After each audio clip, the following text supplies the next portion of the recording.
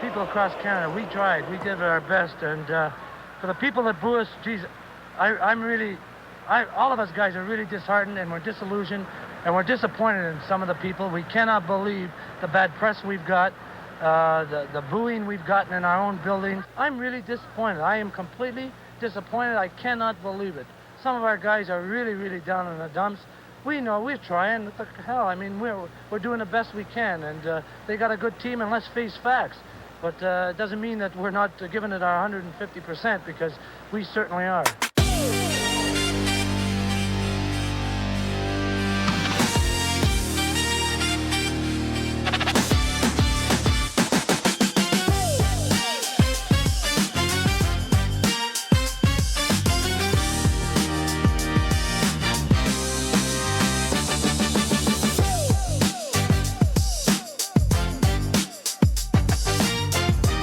Hello, everyone, and welcome to the latest installment and episode of the Quest for Fire podcast, post-Olympic hangover blues. I am your sullen host, Zachariah May, joined by the illustrious man who got it right, the golden man himself, Tim Goldhorn Lowhorn. Welcome, my friend. Yes. And as we found out, I'm better than AI. He's better than AI. He's the first AI. Better than Nostradamus. Better than anyone that you could ever think of. I'm just kidding. He got it right, but we're going to break it all down for you guys in this installment. So let's hit the horn, Timmy. All right, who gets the face-off? We've incorporated a new system for face-offs. We're just going to do paper, rock, scissors to decide who starts off a segment. All right. Ready? On the count of 3. 1, 2, 3. Oh, Timmy wins the face-off. All right. So catch us up, Timmy. How you been? Post-Olympic Tim. Well, the hockey season's winding down for minor hockey, and a little bit of space is opening up rather than going to games every weekend. Can probably do something else other than minor hockey, but it is sad. Every single year the season ends, but I know for my boys' team that they have a couple tournaments remaining, so a couple big tournaments in the native circles. We got one in Edmonton, the provincials in April, and then about a week after that, I believe we got treaties up in the city of Calgary. Great hockey, great time to watch. Good quality hockey. Well, it gets pretty wild sometimes, but why not, you know? It's like 80s, 90s hockey, you know, modern day. But outside of that, everything's been going smoothly. Been seeing the first gopher today. Jarrett, maybe we'll get Jarrett on the pod one of these days. But we've seen the first gopher out, so a good sign that spring is just around the corner, or it's already here. We've been getting some nice weather after a couple bursts, so of course we had to go to a hockey game, and we had to drive past Medicine Hat. Quite the drive a bit to play some hockey in the middle of a snowstorm, but you got to do what you got to do to play some playoff hockey, and that's what we do all year. We don't mess around out here in southern Alberta. We ain't, no Boy Scouts, well, I don't know why that came up, but we ain't no fairies out here, I tell you that. Well, but there are fairies out here who tough it out, and they make it happen too, so, We don't mind them if they look like Julia Roberts. But other than that, I think, you got to be tough. You got to be rugged if you want to live out here in the open spaces, as the Dixie Chicks would call it. But outside of that, the Olympics were great. Awesome hockey. Love that. I'm kind of looking forward to the trade deadline. We'll talk more about that. The Calgary Flames. We'll talk more about that in the second period. I'm kind of excited to see what they do, but there's always a downside that it's just going to be another year, a boring year. They say they're going to do all this stuff, but they moved Rasmuth, which was exciting. That the chance that they might actually, rebuild to some degree, even though it's been freaking difficult with a good goalie. But outside of that, everybody's getting back from Olympic hangovers, and I'm feeling good, looking forward to the nice weather, looking forward to the spring here and the summer. I'm ready and raring to go and excited to burn through whatever comes my way. So, yeah, whether it be a new burger or a new I found one. whatever, I'll cook them up inside me. I found a new burger we're going to try out. Okay. Some like Royal Penny, a Penny Royal or something in Mar-3-2026. Apparently they got this burger people are raving about. Oh, Mar-3-2026, okay. We'll check it What out. is it called? It's Penny Royal or Royal Pennies or something like that. That's the name of the restaurant, but the burger is supposed to be pretty sensational. So we'll go check it out. All right, we'll hand it over to Zach for Hold his... on, before I got questions. Okay. I got questions, man. Sure, let's see the so, questions. like, I know you were telling us that you were coaching some junior high basketball. Weren't you doing that? Oh, yeah. Coaching junior high in the city there. I don't know if I should say what school, but... We only have J-Ro listening anyway, so I don't think it really matters. Well, I was asked by a buddy who's a basketball connoisseur, but he's kind of... Shout him out. Get him to listen to the podcast. Craig Firstrider. Or What up, Craig? In some circles, they know him as Caligula. But, and he does have... And if you do put him in, like, the Senate, he's going to make a horse a senator. So, you make him Caesar, he will make a horse a senator. Hey, but what we have right now in the provincial legislation, I'd be happy with a couple Ponokami tags and some of these fucking clowns. Tell you, fuck. Yeah, well... So how'd that go? How was it coaching? It was fun. It was a new experience. I know I helped out in the past, probably about, like, 2 decades ago, trying to... kind of after my basketball career, I kind of helped out a couple guys. I know their kids they would need a little bit of help on the court, so I'd go there, run some drills. And then give or take, it'd probably be close to about 2 decades now, helped coach some junior high boys on the reserve here. And yeah, we took some banners home and had some pretty good seasons there, and it was fun times. I enjoy basketball just as much as I enjoyed hockey. I think the experiences are slightly different, but the kids are pretty much the same depending on what age group you're working with. But this was a younger age group. This was junior high, and it was really great to kind of see how these kids are growing up now, learning the game. Whereas before, like everybody, now... It's neat to see how kids develop nowadays. Everybody wants to shoot threes because of Steph Curry, everybody. But what I found lacking is that, like, there's no, there is no game in the paint. Nobody has game in the paint anymore. I'm thinking, like, if you had, like, someone who was half a Shaq O'Neal with the ability in the paint nowadays, like, had, like, some of those moves, they'd be unstoppable. Like, everybody wants to shoot. Everybody doesn't want to bang, like, back in the day when we used to get under the boards and rip down boards and, have those epic battles, A lot of guys will shy away from that. It seems, maybe it's just a junior high game, or the new basketball and what I watch on NBA, maybe it's different with NCAA. It probably is, but I always tell the kids, if you guys want to be great basketball players, you better watch. If you watch NBA, you can watch NBA 99 and go further back. Anything 2000 and up, don't watch it. But if you really want to watch basketball, watch NCAA. NCAA is still like a very strategic, team battle. And NBA's kind of been a lot of isolation, a lot of just pop, drop threes, and it's so annoying. It pisses me right the frick off. That's because you're a post. Yeah. I am too. But the game has changed. The game has changed, Tim. But I don't shoot threes.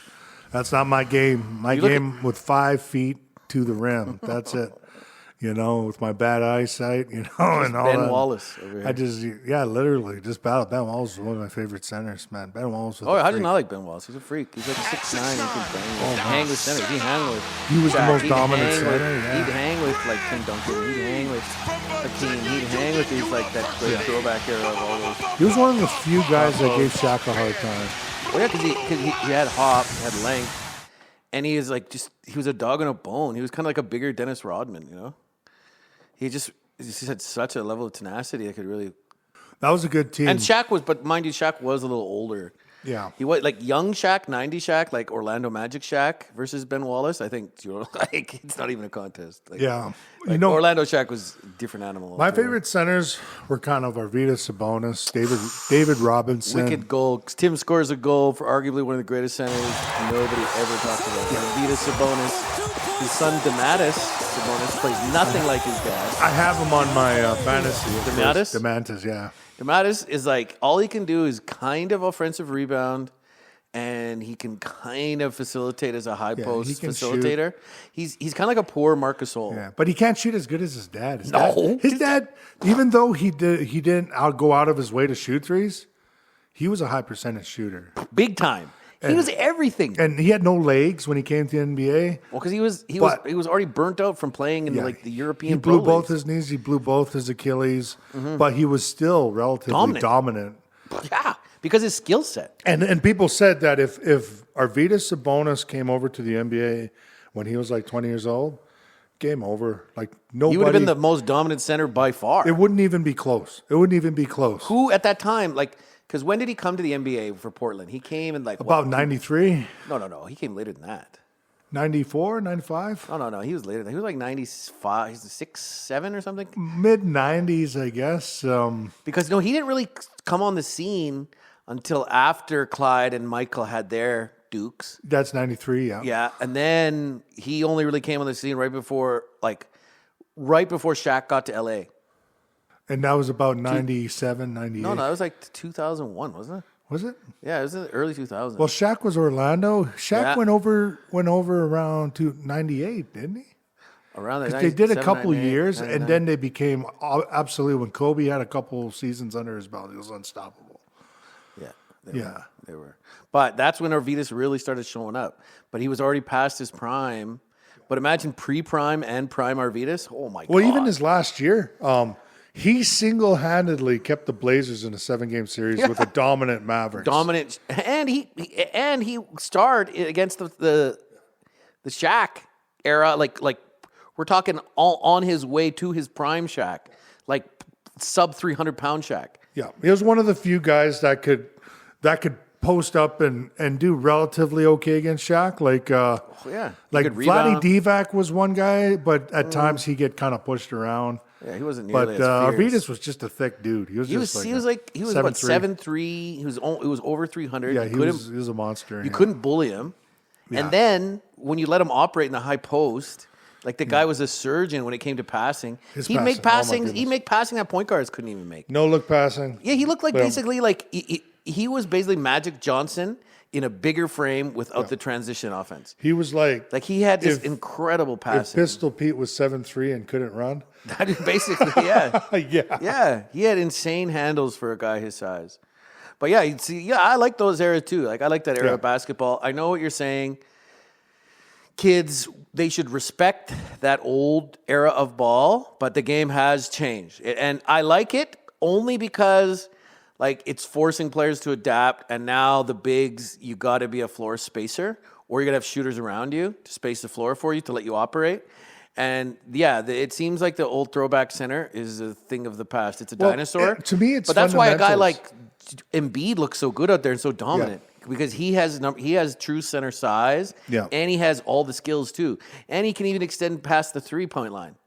Did you see that point? Did you see that 3-point shot that Wembanyama hit when they played Toronto the other day? That guy is- He was 0 for 5. He was 0 for 5 the whole game. Yeah. Then the last stretch, it's a dogfight. We're like just within one possession. few minutes to go. He fucking hits a running corner 3 off the baseline, like in movement, 7-4, all his arms, pops the 3, swish. Like, get the fuck out of here. Outside of getting the rare Portland Trailblazers game, because I'm a big Trailblazers guy, I would watch a Wembanyama. Like, I would sit and watch Wembanyama play. Like, it's just amazing for a guy that lanky and long to do what he's doing. Like it's like watching Sean Bradley if he actually had coordination. So you're being a completely different player. And that's Sean like Bradley. that's like the out of all NBA players, that's like the second shout out that Sean Bradley got on his podcast. I know, like Sean is. If you're listening 7'6" somewhere, Sean Bradley. Tim loves you. We don't want to use you as just like the baseline negative contrast for centers at that size. You're not just a freak. You're a human being, for God's sakes. You weren't like Greg Ostertag was no Sean Bradley. No. But Ostertag could at least rebound. Bradley was so stiff. He was so stiff, didn't move well at all. Yeah, he was lanky, and no like skills. To me, like there's a lot of guys like that. Like Sean Bradley's different because he's in the NBA, and and any other guy would just get muscled by him. But we had, like, I guess you can say, Sean Bradley types in high school, and like I'm not a huge center. I was like a Ben Wallace, like I'm only 6'3", and I'm going up against guys 6'9", like relatively big guys. And if they're like long and lanky, like to me it's paper. I'm just burning through paper. You just man them a bit. They can't handle it. Offensively, you keep them outside. You keep them outside of the paint. Guys didn't shoot when I played. They had no way to anchor. They weren't a threat. Nowadays, it's a different game. They can tilt. They could go over top and tilt a rebound up to themselves. Yeah. But that's all they're doing. But unless they had a jump shot. Like, I don't know how I'd play defense now, because now you got the Euro step, and like I tried playing some pickup with Craig First Rider's boys and J-Ro's boy. And J-Ro, who was on the podcast, his son was a really good baller, and we played some pickup, and he kind of dummied me on some Euro shit I never seen before. Mm-hmm. You watch it, like you watch Manu Ginobili do that shit back in the day, and maybe Parker, but from San Antonio. Tony Parker, yeah, no. But actually having it done on you, I'm like, I never really guarded it. And two, what I want to do, like, if a guy kept doing that to me, I would just literally just like elbow him and like in the chest or something like that. I'd make him hit the deck like he's gonna earn it. Yeah, like if you think you can do that on me all day, yeah, you could probably score first couple of times. But if you think you can do it on me all game, but I'm gonna learn it. And that's the way I played, But even when I first seen it, I think it was J-Ro's J-No, as they call him. I don't know, but his name's Nosferatu. Nosferatu. But he Euro stepped me when we're playing in an outdoor court. We're balling, and he Euro stepped me, and I got scared. I was like, "What the hell's happening right now?" It's like, it was weird, bro. It's weird. And then I was like, "He Euro step? Oh man, I don't know about this Euro step stuff." But it's good. I like it. It's hard to guard, and I see why it's so, like, Manu Ginobili was so good for so many years. Drazen Petrovic was so good at it. Yeah. Tony Kukoc had it. Drazen Petrovic was doing that back in the 80s. Back in the Nets with the Blazers and with Derek Coleman. Derek Coleman. Oh, look at old pull, eh? That's a pull. I love Derek Coleman. Yeah, I liked him too. He was a solid player. He made the finals with the 76ers when they went against the LA Lakers, didn't he? He was on that. He was a power forward for that Allen Iverson team. And that Eric Theo Snow. Ratliff too. Eric Snow, Theo Ratliff. Yeah. Who else did they have? They had some other Who's this? solid They cats. had Todd McCullough. Todd McCullough, Larry Hughes. Yeah. I like Larry Hughes. Canadian center, eh? Todd McCullough, University of Winnipeg Husky. Yeah. Those were sick jerseys, though. I didn't mind those jerseys, those black 76ers. No, I didn't mind them. Yeah, those are pretty sick jerseys. They're different, like not like the classic material, but it was more like that modernized material. Maybe the polyester that's getting into everybody's skin, the microplastics. So, the junior high season, success. You had a good time. You enjoyed it. It was good to talk to those kids and like you compare your old man game to this new pick and pop 3-point spread it out game. Oh, these kids are smart, and these kids, I like these kids' attitudes. Good. I enjoyed coaching them, and even like listening to them asking, coach, what did I do wrong here? You don't really get that often. But yeah, you could tell these kids, some of these kids, you could tell that they have the little fire in them to do well, as whether it's basketball, but you could tell there are a lot of kids nowadays, like even with hockey players, they're getting a lot more intelligent the way they look at the game. They want to know more about why they got to do certain things. And I think that's why I kind of like stepped back from hockey, because to me, it was just, it was, like you kind of give them roles, eh? But it's hard nowadays to give hockey player roles when they don't really understand why they have to play that way. Yeah, definitely it's a different mentality of athlete these days, with the amount of individuality that our society promotes. Yeah. There's definitely a lot less just do it as I say and listen to what I say and just do it. It's more of people want to know why. Yeah. And it's interesting. I'm looking forward to seeing how the game grows as a result. Now, my feelings, which are a lot like your feelings about the type of athletes that are coming up in hockey. And it's not the hockey that we watched and loved and watched these guys go to battle over, knowing that these guys were probably exceptional from the poor class who had that fire and toughness and grit and didn't really question why. They knew that their only way to the top was following commands and following orders. Yeah. Much like when you're in a trench and your commanding officer says, get over the lip of that trench and charge that machine gun nest. Nobody was questioning why. You just did it. Yeah. And there's a respect for that era and that mindset. We are transitioning it, and like you, it's good to know that there is a level of intelligence and smarts in these kids, and it's good breaking it down certain ways, but they got to execute. Now, my thing is, I just feel for basketball players in Canada, because unless you're in Toronto, Van, maybe Montreal, you're just not playing comp that's going to get you anywhere close to like a scholarship, the show. You're not going to be anywhere around it, just because you got to learn how to play against the trees, and you got to learn your role. Like, there are these kids like your size, like you're what, 6'4"? 6'3". 6'3", 6'4" on a good day. You're a little taller than me. See, like you. I thought you were taller than me. No, you're a little taller than me. You should have been a guard, right? Like, we should have been teaching you guard skills. Like, look at Anthony Davis. Anthony Davis, to me, is the perfect example, archetype as to how you need to train basketball players. You train them all as guards until they hit a growth spurt where they obviously outgrow the position. Other than that, you can always use guard skills. Kevin Durant, great example. He has guard skills in a 6'11" frame. You know what I mean?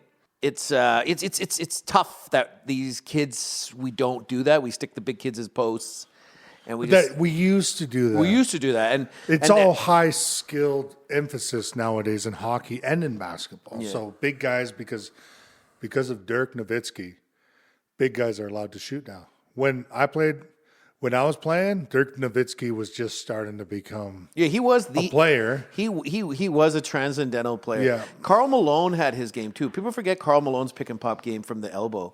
Yeah. But he had a jump shot out to about 20 feet. He could probably circle through. With his form and his strength, he could easily shoot three. But it's just that the coaching and the paradigms of the time demanded that he run a little two-man game with the man, John Stockton. And they settled for mid-range. Like, I would like to see when I look at half-court defense, when they ramp up, when they turn the crank up on the zone, somebody who can reliably hit a jimmy inside the arc, like, that's a valuable piece of offense who can keep pushing the score and keep the pace going. I wasn't a Utah fan because of course you want to see Jordan. I like Jordan, but I like Scottie Pippen, and I actually like Tim Kerr Steve Kerr. Well, Steve Kerr. Tim Kerr is the hockey player. Yeah. He was a hell of a hockey player. He was a tough Philadelphia Flyers. Shout out Tim Kerr. But Steve Kerr too. My buddy played him. He came to Lindsay Park back in the day. Oh, really? And my buddy, he was the top basketball player in the city at the time. Really? Yeah, he was a 6'7" kid. He was like real talented, both hands, lefty. Yeah. He used to don. That's how I got game, is because I used to play him all the time, and he beat me. He was a lefty? Yeah, and he beat me like a lot. That's awesome. He beat me so many times. But steel sharpens steel. Eventually, you play a guy of that caliber, you get good, and you develop your own game. And that's where I developed my jump shot, my ability to switch 1 to 5. Like I hold ground. Like anytime there's a paper thin post, thinking you can get in there, like I'm pushing you right out, like out of switch. You're getting out of there. Yeah, that was my go-to when you're guarding big guys on the outside perimeter, is you make them go left. Yeah, force if the guy's a lefty, you're basically screwed. But well, no, it's just that defensive attitude is you force a guy to go one way, right? Yeah, most people you say go dribble this way. right. Yeah, you go this way, and I want to see if your offhand is strong as your dominant hand. And if it's not, I'm going to camp out on your right hand, and I'm going to let you go left. I'll force you go up that way. I'm going to force you go up that way. I'm going to force you to dribble And then with if your the guy left. can dribble both, then you're in trouble because you can't cheat anyway. Yeah.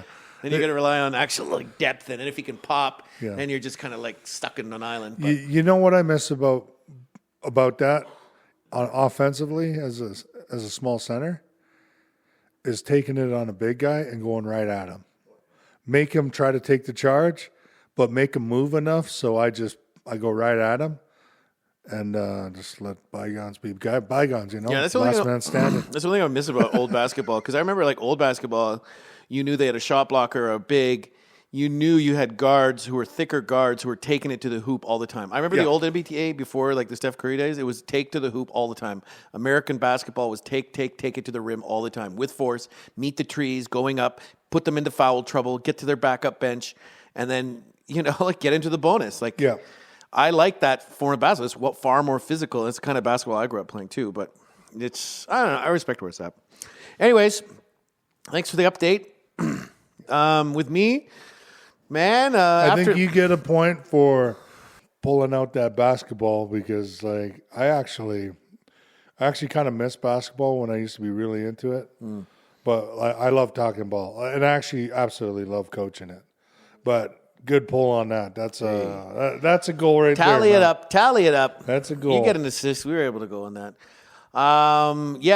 For me, a lot has been going on. Just finished a short film with Adam Solway. We finished just out in Crowfoot there at Ike's place. Finished it. It's Si Tamapi is what they call it. It's a real personal story to their family, true story. But it was beautiful, man. We had a blizzard. We had beautiful conditions for tremendous, like scintillating pictures. Yeah, it was so gorgeous, some of that stuff. And we worked outside, and Alberta filmmakers, we work out in this. I know there's a lot of other Canadian filmmakers who work out in the cold. Shout out to all of them. And I just got to say, our crew, incredible project. I'm really blessed to have been a part of that.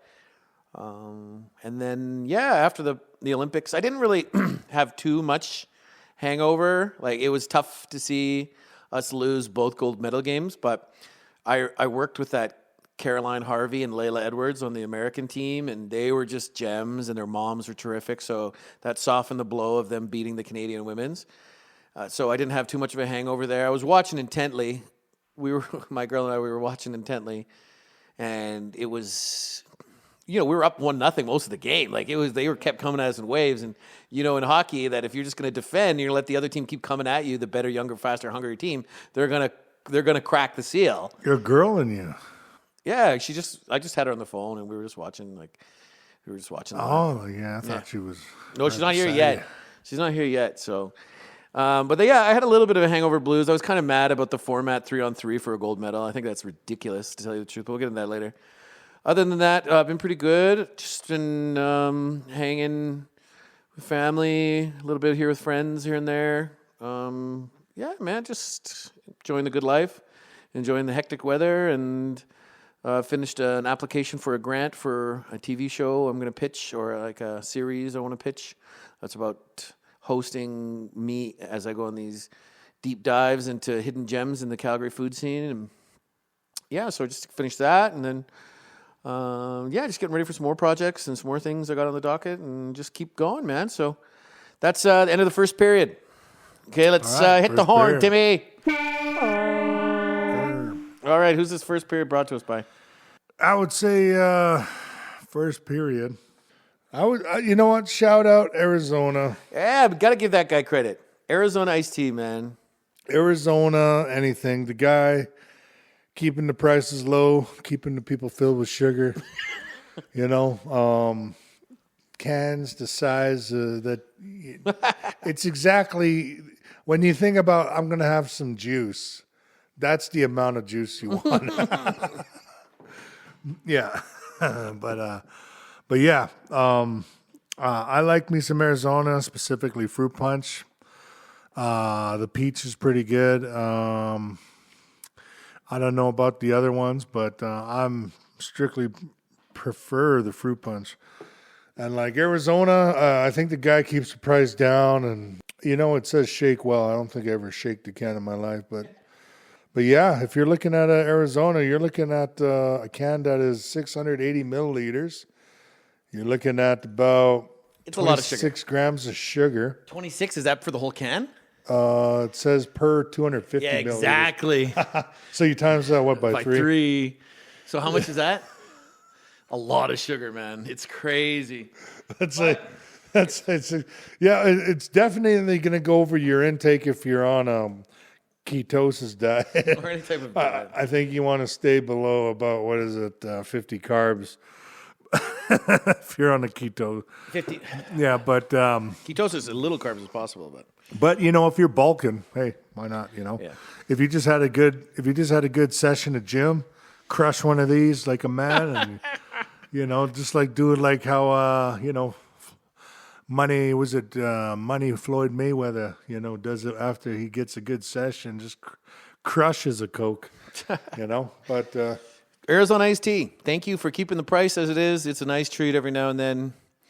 And yeah, don't drink it too often though, because it's full of sugar. But you're our sponsor for the first intermission. All right, hit the horn for the second intermission. yeah. All right, second intermission. Paper, rock, scissors. See who wins the face-off. All right. 1, 2, 3. You win again. Ooh, All right, wins so again. Flames All right, chatter. Flames chatter. We're talking about the Flames. We're talking about well, shortly after this, we'll talk about the Olympics follow-up. But we're heading into trade season here. At this point right now, it is March 2nd. And today, just before dinner time, and Kadri has yet to be traded. And there is buzz around Kadri like no other. Big buzz.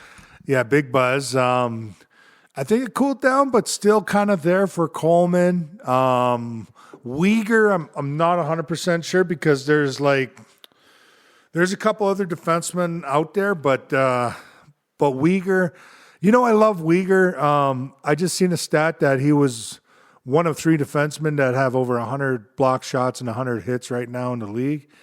And he hasn't had a great offensive year, and 2 defensively. He kind of had some blurps or blips or whatever. But I rather enjoy Uyghur, and I do like his contract, and I actually don't mind Uyghur sticking around. Just like if Flames are getting calls on Zach Whitecloud, I actually prefer to keep these guys. I'd prefer to keep Whitecloud over Uyghur, just because Whitecloud is a bit younger. He has a nicer contract, and 2, he's a winner. He's a Stanley Cup champion, and he has a little bit more defensive abilities. But I like Uyghur. Uyghur, to me, is a leader. He's probably a great guy in the locker room. He's one of the first guys that bring these new guys out, and he's kind of taken on that mantle of one of the main leaders on his team, I believe. But I really do want to see Calgary make some significant moves outside of the Anderson, because it's very likely we're not going to see McKenna after he once some guy and broke his jaw and then scored 8 points. I think his stock is relatively Secure, yeah, top probably. 2, guaranteed top 2. As long as we finish, bottom 5, the lottery. Look, New York Islanders. Yeah. They got a generational defenseman, and they picked 11th last Yeah. year, and they shot up to first. You just never know. And it's really up to the team, because if you look at it, the Boston Bruins were built from the back forward, and they lucked out with Bergeron, a second rounder, becoming like such a generational defensive Bergeron, two-way guy. Marchand, and Yeah. Pasternak. Yeah, all they late-round picks. kind of like just lucked out by those guys the way they developed. But you can go front back where you have Jonathan Tays and Kane in Chicago. But then they also lucked out getting a Seabrook. Keith. Seabrook, Well, and Seabrook Duncan was a Keith. 14. He was in that 2003 draft with all those. And Keith wasn't like he was a third crazy rounder. touted. No. That's what I mean. He's a third rounder. Yeah. He was an undersized two-way D-man. He didn't have blow the door off offensive abilities. He wasn't so gritty that you think this guy's going to be able to stand up to the rigors of the NHL as a defenseman, let alone to be a number one D-man that he was for that long. Yeah. And then they hit on Bufflin 7th round, arguably Bufflin is the Eric Lindros unicorn of defensemen. Yeah. You'll never see another Bufflin. And he went back and forward. Like he played. He could do it I all. think he played forward for some rounds. Defense. He started on defense, but then he played forward. He could play both. He could line up both. And he crushed Pronger on the finals there against Philadelphia. And I never seen Pronger ever get ragdoll or put down like a dog. But I'll tell you what, Dustin Bufflin put him down like a redded mule. Yeah. And only Dustin Bufflin can do that to guys because he was a special specimen for his Unicorn, size and man. skill. Yeah, Straight up like unicorn. Eric Lindros, and like we had this discussion many times before with guys who have size. Like I'm hoping that Klapka has another step in his development. He been developing pretty well in the last couple of years from what he was 2 years ago to now. Well, look what he was 4 years ago. If he can just become like. If he can get a consistent. little bit more Consistent. consistent, and also too like he has the tenaciousness. He does. He's leading. He's one of the leaders in hits on the Flames, and he's blocking shots. And he has actually very good smarts on defense with his long reach. All over the place. I noticed plays, even the offensive zone, he has plus moments that highlight his IQ, his hands, his willingness to kind of make a play. I think if you put him with a top level centerman and like a really shifty winger, like a high end winger, you could have like a Michael Furlan situation on your hand where you have this guy who is not touted to be like a top line 6'8" guy Michael Furlan. without the fighting. I'd like to see some fighting from him because to me he's a little bit of a glass. Michael guy. Furlan had crazy finish though. Yeah, that'd be tough to duplicate. Yeah, but I think where finish he might not have, he might have the muck capability. He might have the ability to muck it up on the boards, win board battles, come off the wall in a cycle, keep the puck on his stick, keep the play alive, and at least make a smart play, and then get to the net for a hungry rebound. but he's always going to the hole. He's going where he has to go. Oh, yeah, that's yeah. where he gets his goals. yeah, His bread and butter. he's a neat development story. And he can snipe it too from the He top does of the have a circle, too, decent yeah. shot, but you'd think with a guy that big and strong he would. So back to Boston, building from the back end. I like Uyghur too, and I think he's captain material. I think he's got a future in coaching once he's done. He's that type of professional. Yeah. He's got 100 hits and 100 blocks, as you say. The year he scored 20, where he had that many blocks and hits, and he scored 20. Like, the guy is a pretty complete package. Like, he's probably like an elite number 3 D-man. Yeah. Elite.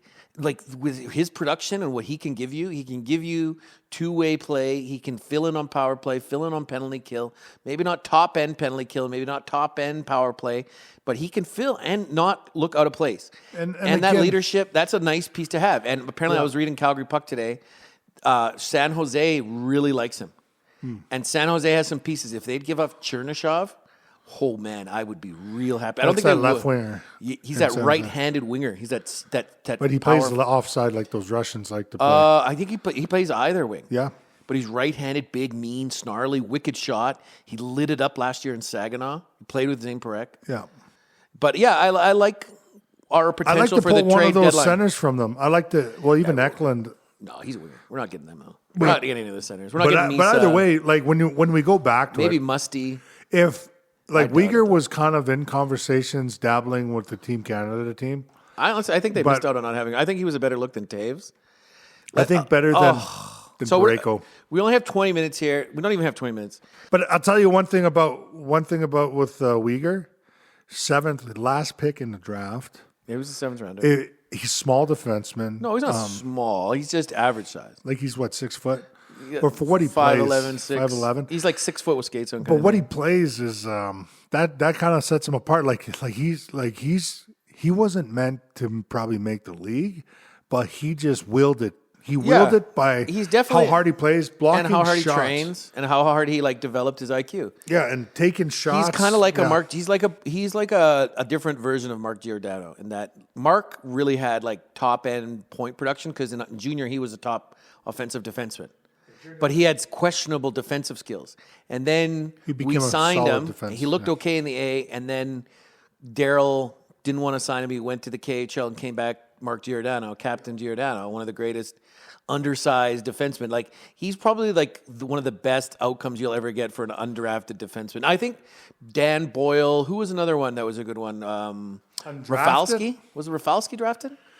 Rafalski, I think he was undrafted. Yeah, he was undrafted too. But the thing is, he was more offensive than Gio was. Right? So he was a little more high-end offense, but Gio could move. He could move. But Gio could move too. And Gio gave you way better effort defensively. Like Gio was a soldier. That guy took Gio abuse. Gio could battle. Well, respect to Rafalski. Rafalski had like a grit to him. He had a little jam, he had a little grit, but nothing like Gio though. Yeah. But he's like that ilk, right? Yeah. And even Dan Boyle. Dan Boyle had a little grit, but he never battled like Gio did in the defense. But Dan Boyle was really good offensively. He was just such a smart. And that's where I'd say player. him and Rafalski leaned a little more offense. Yeah. And then Gio leaned a little more balanced than those two. Yeah. But they're the undrafted types, right? And they're really terrific defensemen. End of the round. And that's where I think, like, if you're drafted, this is a testament to your dog, too, like your Wolf, like Dustin Wolf. Like, you're drafted in the 7th round. Who cares about the guys drafted ahead of you? You're still a professional draft selection, albeit late. Albeit the team that picked you picked 6 other guys before you, you're still a pro selection. Yeah. You have access to pro training, pro nutrition, pro equipment, pro practice. You make the best of it because, like, you can't tell me you didn't have an opportunity. You have a chip on your shoulder, and look at how many guys come with a chip on their shoulder, and it turns them into who they were ultimately.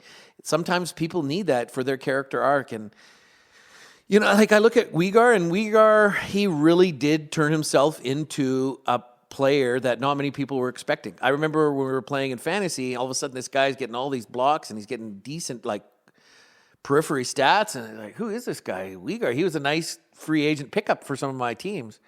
But now you see, like, up close, why he was included in that Kachuk deal. And to me, it comes down to if you're going to move one defenseman, one forward. The forward I want to move is Kadri because he wants out. I know there'll be a big price for Coleman. I don't think I'd be in a rush to trade Coleman. Maybe next year sounds a little better to me. I like Coleman mentoring the young guys on the penalty kill especially. But then on defense, it comes down to who do you want gone. If you're going to only get one, it's either Whitecloud or Uyghur. I keep Whitecloud. Honestly, I think the PR stuff with Whitecloud here in town is more valuable to us than another team. We, our native community here has already embraced him. Did you see that the Friendship Center, they had Clarence Wolfleg out. They gave him a Blackfoot. Yeah, he already gave him an Indian name. Gave him a Blackfoot name. They painted his face. They gave him a blanket. He's been captured by the Blackfoots. So, he's an integral part to the community here. And I think that's something you can really market around as far as building bridges. And you're going to have nights like Indigenous Night, and you're going to bring out singers to sing the anthem in Blackfoot. Like, I think there's some PR points there. And I like him as a defender. Like, you look at how bad Hannafin and Anderson look in Las Vegas right now. And I couldn't be fucking happier. Hannafin was the weak link on the USA team. He was, and he's a fucking masquerades as this like Jay Bouwmeester. He's not. He's a weak. To me, he's a bigger TJ Brody without the wheels. He has decent wheels. TJ Brody was a little smaller, had better wheels, but they're both soft guys. But that Jay Bouwmeester, man, like he wasn't like a big hitter, but defensively he'd smother you because you couldn't get away from him. And his skating, he closed a gap on you. He closed the gap, and that's where like 6'4". Yeah, and that's where fucking length. That's where like Hannafin's not that much smaller. He's like 6'3", but Hannafin could have been that, but he's just not mentally there enough. And I think he likes. He to me, him and Anderson are very similar players. They cheat more for offense. He kind of has like everything. They cheat more for offense. Anderson has a better slap shot. Hannafin has like a little better nose around the net. I don't know, but they're both kind of like cheat towards offense. Not that good in your own zone. Not tough enough behind the net on a board battle. You send those guys into a board battle, I don't think they're coming. What is that saying? He's a man of many skills, master of none. Master of none. Yeah, exactly. So like Hannafin has a little bit of offense, a little bit of defense. The potential was that he could be like a 50, 60 point guy. Oh yeah, he was. That year going into the draft, he was one of the top rated draft prospects. Yeah. They were thinking he was going to be a number 1 D man with a very good power play potential. I think the hope was he was going to be like Zach Werenski, but I think Zach Werenski's on a like kind of separated himself from a lot of like just offensively gifted guys. Yeah. He's basically America's best version of Cale Makar. Even though Kel McCarr is a lot more dominant, but I don't say. I just to say he's He's like their top offensive defenseman with Quinn Hughes close.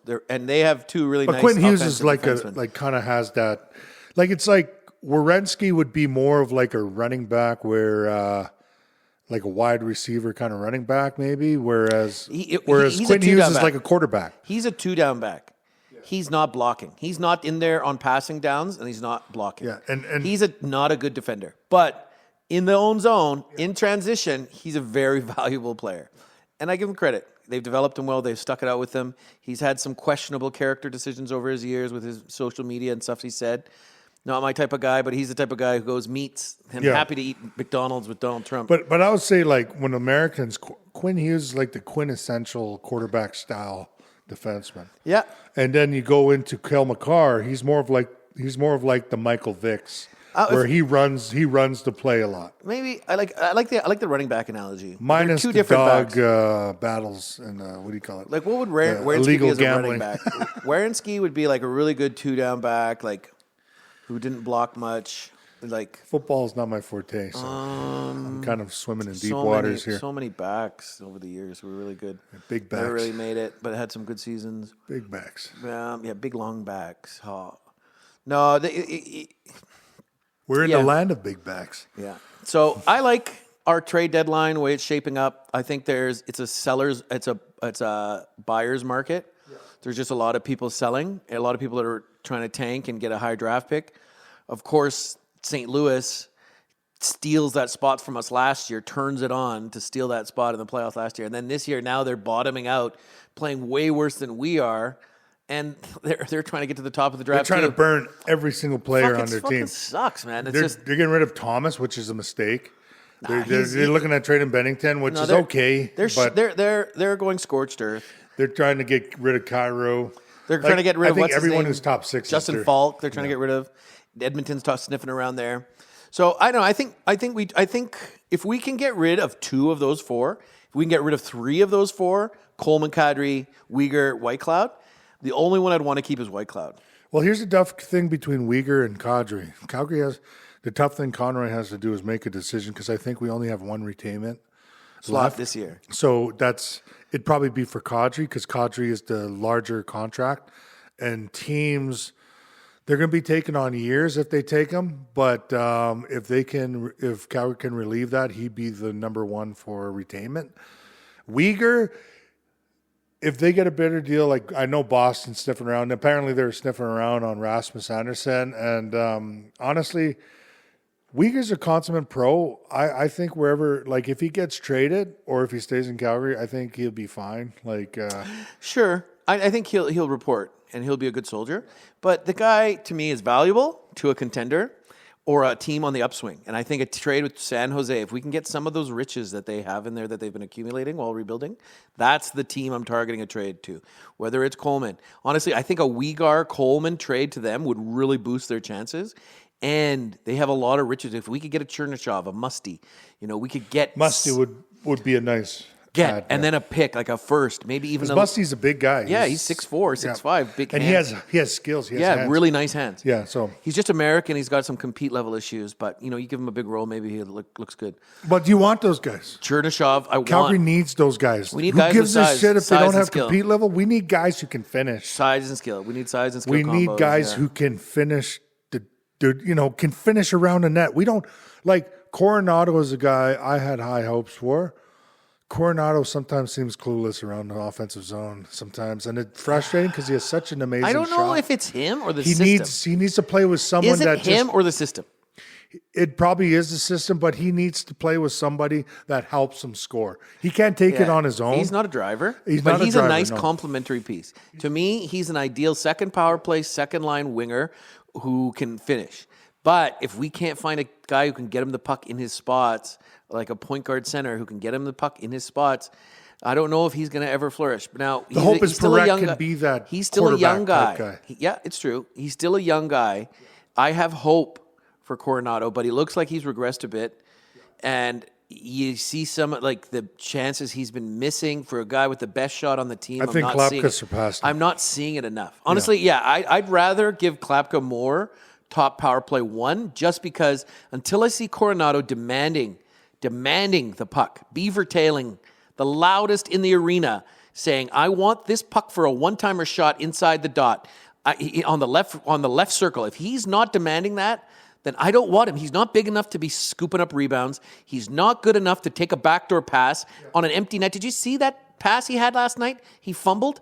Did you? That was garbage. We were on the phone. I'm like thinking, how does a guy expected to be a 30-goal guy one day? How does he miss a play like that? That was right on his tape. And then you watch guys like Raquel, and I know Raquel, he's not one of the greatest goal scorers, but he's a definitive finisher, second-round pick, played Well-rounded. on a well-rounded pick, good shot, but can in front of the play net, wing, he can you play shoot the center. puck at him at his feet. He knows how to stop the puck and at least direct it to a place where he can get his stick on it. What Coronado did last night to me really shows to me that there is something missing with him offensively.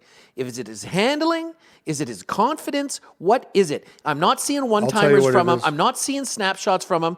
I'm seeing him not really pick corners.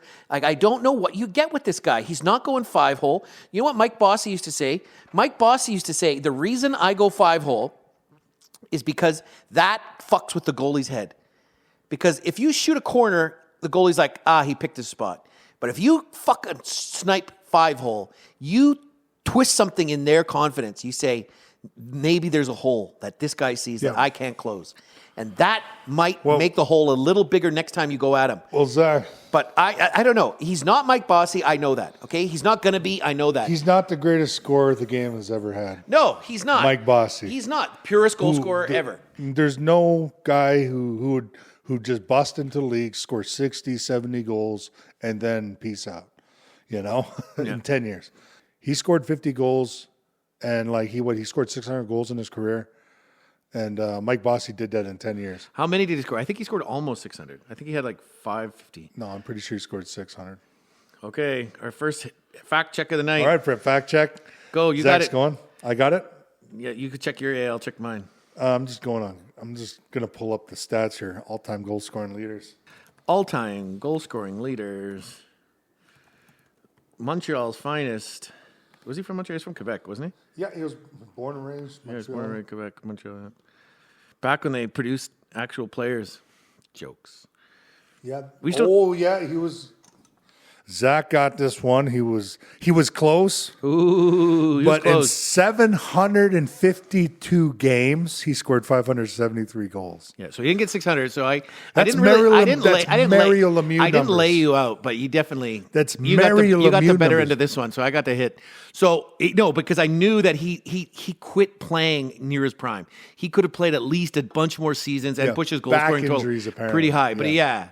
But but goals per game, he is the most lethal goal scorer in NHL history. Anyone on touch the ice, Yeah. the only closest guy would probably be let me pull it up here. Since we're talking Mike Bossy, Gardner had way more games for all the goals. yeah, he scored. Gardner played had 3 different careers.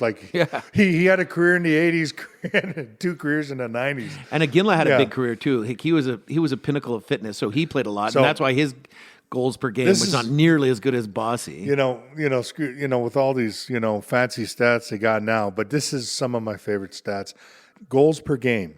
Yeah, he's the highest in career. NHL history. He's the highest. And goals per game, Mike Bossy leads with 7.76 Goals GPG. So for every 10 games, it's likely almost 8 games he'll get a goal. For every 10 games he plays, No. 8 of those games he'll get a goal. Yeah. He's scoring eight. He's scoring 8 games out of 10, basically. And then guess who's second? Is it Gardner? No. Lemieux? Yes. Yeah. Mary Lemieux. But Lemieux had massive assist totals too. And also Mary Lemieux arguably- came back and played like 4 years and never. Yeah. It wasn't the same. Because scorer. he was a playmaker. Yeah, but he was always a playmaker. But there were times when before the Hodgkin's lymphoma, he was arguably one of the greatest goal scorers you'll ever see. Like his ability to own a goaltender. Yeah, he's second behind. He was just so skilled He's at second behind. dismantling goalies. He's second behind Wayne Gretzky and Brett Hall for most goals in a single season. Yeah. And Brett Hall was a fantastic goal I think scorer. he scored 85. But- Brett Hall scored 86. And Wayne Gretzky scored 88 and 91 or 92. And, I'd give Steven Stamkos some credit, but a lot of these guys had significant playmakers to get him the puck. Check for these their one names time. out. Third all time, Cy Deneni. One of those 1910 guys. Yeah, from like the old, he's probably one of those Silver Seven senators, Yeah. first ones to win the Yeah, cup. yeah. And then second, Cecil Babe Dye. Nice name. Cecil Babe Dye. Those guys at the turn of the century are amazing. And guess who's fifth, bro? Messier? I thought Pavel Bure will be here. Pavel Bure is sixth. Oh, that's pretty good. So Pavel Bure is like .623. That's pretty good. Games, like goals per game in his career. Yeah. Iggy? The captain of the United States of America. Mike? Of this? Mike Sideros. So, No. No. This Team USA. really? The captain of Team USA. The guys who put out Canada. Who's their captain this year? USA. Larkin? No. Austin. Austin Matthews. Yeah. Austin Matthews fifth right now. Yeah, that guy scores. And That's all Toronto he does. Toronto's just like, they're killing his career. Yeah, they are. Toronto fans are killing. Like they killed Larry Murphy before even Larry Murphy could get started. Yeah. All right, well, let's take the Olympic stuff to overtime. That's the end of the second period. Okay. Olympics going to overtime. Okay, hit the buzzer. All right, Zach. What's the second intermission's sponsors? Okay, so our sponsor for the second intermission, I'm going to say Alberta beef. Second best beef on the planet, only behind Wagyu Kobe. Thank you, Alberta beef. You taste so Japan. good. Yeah, I'm in this venture right now. Me and my buddy were buying beef, and we're selling it retail to people. We're buying it direct from a processing plant over here in Vauxhall. So I'm going to big up our business. Constantinos, Christopher Zachariah Meat. Zachariah May. Zachariah Meat. I changed my name too. Zachariah's meat. Zachariah's Meat. Come get your Zach. Get some meat in your mouth. Get a piece of Zach's meat. Come get a piece of Zach's meat. Looks like meat. So, back on the Alberta menu, Beef, boys. thank you for all you do for us. And I remember this one time, I was driving in Ghana, and we were on this cheese wagon. We were going for a tour doing one of our KIAMS things, or kind of Youth Arts Media Summit things we do. And we were going through, I think we were down by St. Mary's on that way. And we're driving by this field, and I see this cow. It's found its own Saskatoon berry bush by the fence line. And this cow, I like where this is going. that big old beef tongue is just raking in Saskatoon berries, just munching on berries. And I'm thinking, damn, that's why our beef is so good. The seasonality, the terrain for them to hike for muscle development, the seasonality for fat. And then they got things like Saskatoon berries they're popping in there. Hell yes. Can you Sign me imagine- up. Can you imagine Alberta like, beef, baby. Can you imagine just having cows just with a Saskatoon farm right beside it, and just have the cows go right up to the fence and eat that all season, Bro. When they're ripe, and then at the end of that have those cows turn into this nice sweet Saskatoon. Bro, we got an idea. Steak, bro. We got an idea. So what we want to do, because Janie wants to open a butcher shop out here, right? Okay. So imagine we had our own feedlot out of here, right? And then we could finish beef with whatever we wanted. We raise them on grain and grass, and then a few months before they're ready to be processed, we finish them on tons of berries. tons of Saskatoons in their feed, tons of seaweed. Because if you put seaweed in cow feed, it takes like 95% of the emissions away. Like it's crazy. Like kills the methane so good. But imagine you did other things. Because like Serrano ham, right? You know what that is? That's that Spanish prosciutto. But those pigs, they eat only this one type of chestnut. And it makes the meat. Just make the cows finish on bourbon. Bourbon, we'll do a bourbon mash. Imagine we did like a bourbon chestnut mash or Just something. having cows blacking out and fighting each other on fancy bourbon. Hey, leave my bourbon cows alone. Bourbon cattle alone. Leave my cows alone. They be. I think that's a good fucking drunk. idea, but I agree with you. And we want to finish cattle that way, and Dean's all about it too. So we're gonna try something like that one day. And then you'll have your own like Wagyu bourbon cow. Yeah. You're Yeah. instead of A5, you'll go A10. We'll Z10. You go like, we blacked, this sucker was blacked out his whole life. He became a teenager. He has no recollection of his entire adulthood. We like it that way. It's more humane. Yeah. we waited till he was 18 in cow years to get him blacked. He's the most hedonistic cow ever. All he does is pleasure. Just living Zach's in the in moment. there just pleasuring them out. We don't have Craig a testing cow. those for males. We have a bull. All right, Alberta Beef, thank you so much for all you do. All right, hit the horn. Third period coming up. All right, paper, rock, scissors on 3. Ready? Rock, paper, scissors. Ooh, I win the face-off. Tides have turned. Tides have turned. So I'm going to say we're going to leave some of that Olympic stuff for overtime. We'll take it to overtime a little today. We'll leave that. So third period, let's talk about podiums. Podium seems to be a thing. It's something we like. Podium. Our guests enjoy doing it. Our listeners enjoy hearing it. It provides a lot of good banter, a lot of good chatter. So the podiums this week are, Timmy, drum roll. Are you ready? Yep.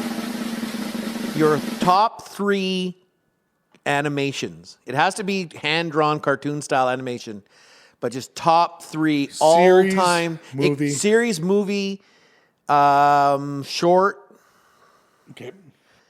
or even documentary. Have they ever done an animated documentary? Are we doing like mix where it's like, Who Framed Roger Rabbit, or just strictly cartoon? I think that that one works. Yeah. I think that's called rotoscoping. So that because they do hand draw that.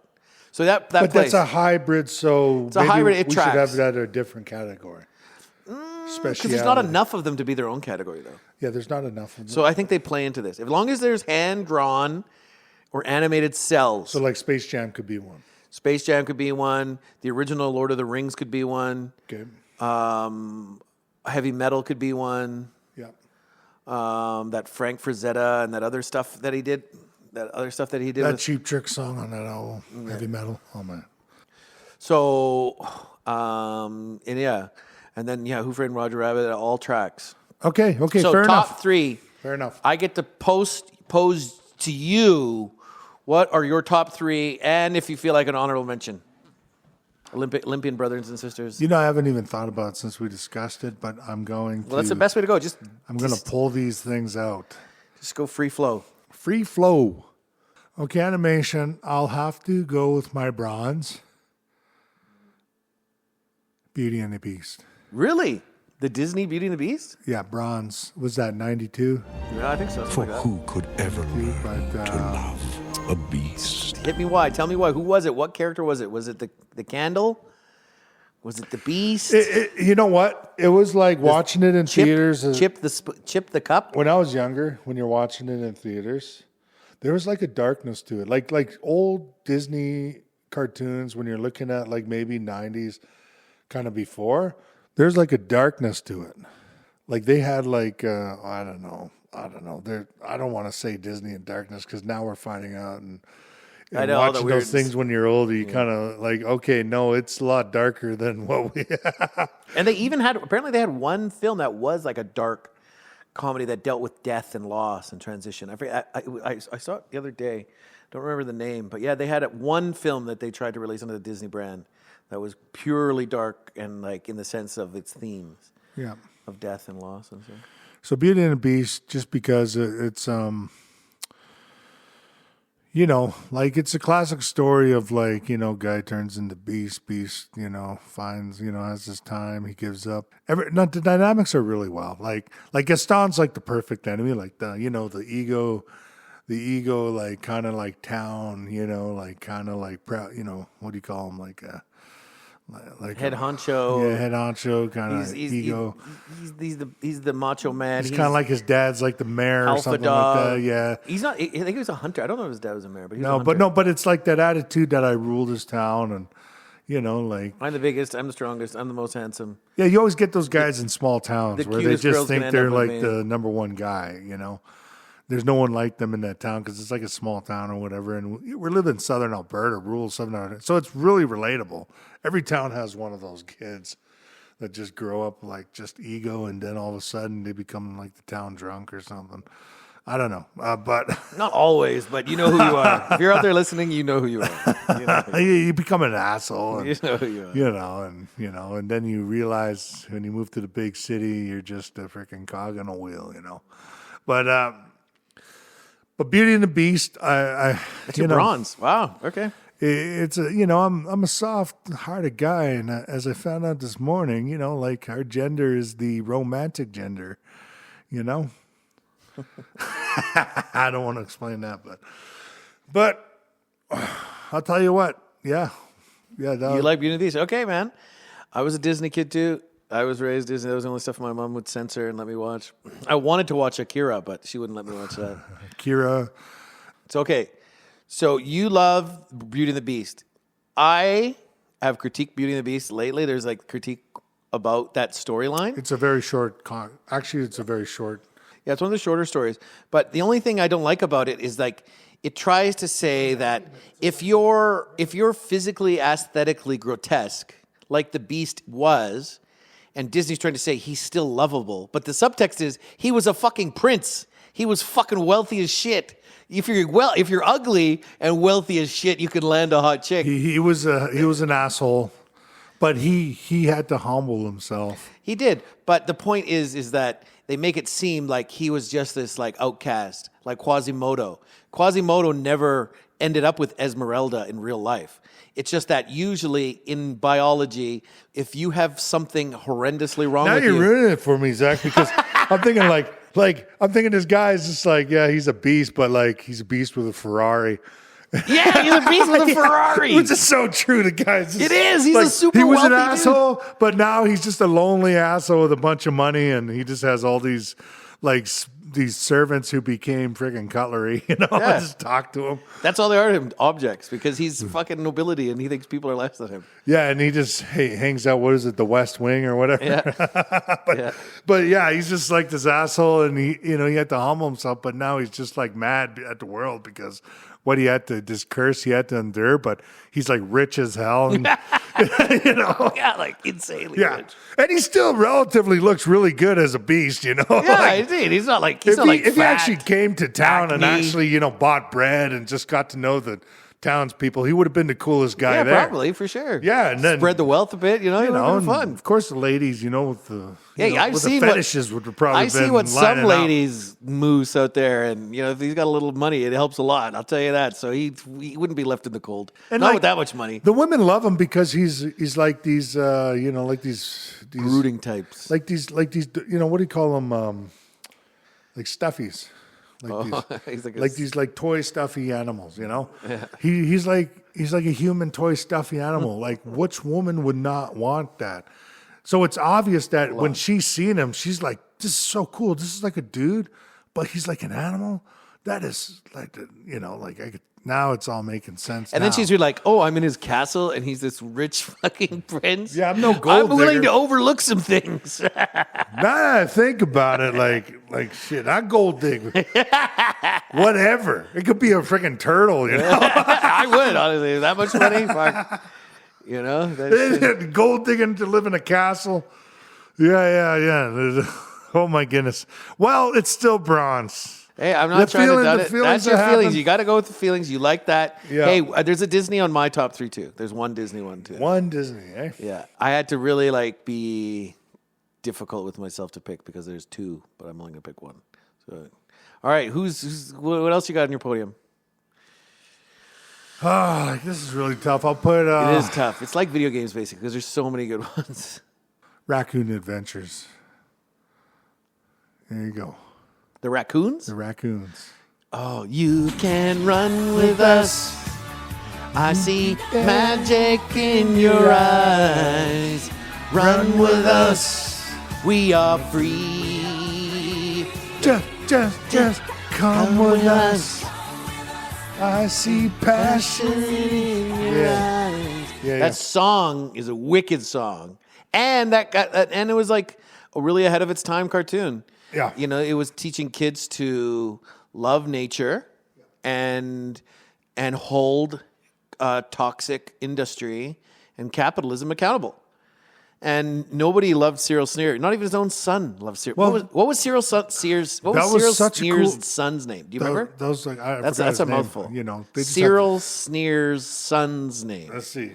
Cyril Sneer's son's name. That's a tough one to say 10 times fast. I'll try to say it 5 times. Cyril Sneer's son's name. Cyril Sneer's son's name. Cyril Sneer's son's Okay, name. you got Cedric Sneer. Cedric Sneer. Yeah, he was great. No, but that movie right there, it touches on like emotion. It touches on TV everything. series. It was a series. Yeah, and it basically did.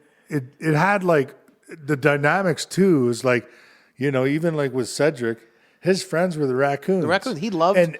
And his dad wanted to get rid of them. He wanted to freaking. But he loved his son. He loved his son. And I think that is something that gets lost in that, because we always paint Cyril as this like true antagonist, like this capitalist pig. And he was that was his lot in life, and he was committed to his ambitions, but he loved his son immensely, no matter who his son sided with. And I think that was a bit of humanizing they did on Cyril Sneer's part. Yeah. Cedric Sneer. I like Cedric. He was one of my favorite. But wicked pull. Nice. And that song. Yeah. Run with us. I don't know. I think, who sang that song? Was it Northern Pikes? No. It was a lady. She had his music video. Who fucking sang that song? I Sarah. thought she wasn't like a big time artist. No, but that song no. was like the biggest song in her career, though. Lisa Lougheed. Lisa Lougheed. Lisa Lougheed was you couldn't really name a song she wrote, but I don't even think she wrote one of us. She might have, but Run With Us. She sang it though. She sang it. Let me see Run With Us here. Let's check out this. Let's get right down to the facts, Zach. And let's take a look at it here. Run With Us. The theme song of the 1980s, The Raccoons. Yeah, right here. Song was originally recorded by Steve Lunt for the first season in 1985, but was later covered by and is more associated with Lisa Lougheed. So it wasn't a song she wrote. It was written, I believe, by Steve Lunt. Oh, Steve Lunt. No, songwriters right here. Steve Lunt, Kevin Gillies, John Stroll with Run Records. Run Records. But yeah, it's a dance rock genre, which was tremendous genre. Only in the 80s, bro. Wicked genre. Dance every rock. Great song. Like even those songs, like they really nailed down the pop vibe in the 80s where they just play the chorus until your ears bleed. But they were so melodic. They were so like great choruses. Yeah, and like you know. Yeah, that terrific song. I love the Raccoons. I watched that a lot, man. That was a good pull. There were so many good cartoons in the 80s, man. We were lucky. Yeah, we were lucky. Yeah. Growing up with Raccoons, that was fun. Like honorable mention, I'd have to put, because Raccoons is my silver. I had to put Beauty and the Beast as my and then they redid it like a live action series with Ron Perlman. He definitely, of course, because they don't have, they probably had a makeup budget and they just said, let's get Ron Perlman. We just have to put a wig on him. Hey, I just watched Quest for Fire. You know who'd be a perfect beast is Ron Perlman. We don't need anything from our makeup department. Yeah, he can play a Neanderthal. He can play a beast. He could Hellboy. What can he play? Who he can play. If you don't have any makeup budget, you could just throw Ron Perlman and put a wig on him. Sorry, Ron. We know you laugh at this. We love Ron. We love Ron. Middle of Ron. But We got to have Ron on the show one day. We got to try to reach out to his agent. he'd be so cool to like Imagine? do dive backs on. Maybe we sit him in the chair. his B-movie stuff. We'd watch Quest for Fire with him. He's like, I never watched this. I didn't even know this came out. I didn't even know there was a camera there. Actually, last time I've been to Alberta was when we filmed it. They told me we were making a movie. I never saw a camera, though. I was shit-faced the whole time because I was just like, this ain't even acting. I'm just watching guys bang. I brought my own wardrobe. I only came because Tommy Chong's daughter was in it. Ray Don was telling me it'd be a good time. Camp out in the Badlands. Fuck. He's just like, my dad's from Edmonton. He smokes a lot of pot. You know Tommy Chong. But outside of that, Beauty and the Beast, soft spot. Yeah, no, I meant for runtime. I think it's like what? It's pretty short. It's almost like 70. I'd like to say like 70. Yeah, it's not the longest one. Yeah, but again, it took like 3-4 years to make those back in the day. Okay, well, shout out The Simpsons. It's not my goal. Ooh. Shout out to The Simpsons. Is that your honorable mention? That's an honorable mention. Okay, fair enough. I like Simpsons. Shout out Family Guy, South Park. These are all great cartoons, modern cartoons. You know, South Park took it over the edge. Still doing it. But 26 seasons later. oh yes, Simpsons were plus 30 seasons. yeah. And shout out to the Disney Aladdin. Aladdin was Alibaba. phenomenal. Like it's really close. Was there. it phenomenal as a story, or was it because Robin Williams made it phenomenal? It was Robin Williams' all best Robin work. Williams' best, yeah. Robin Williams' best work, no question. Period.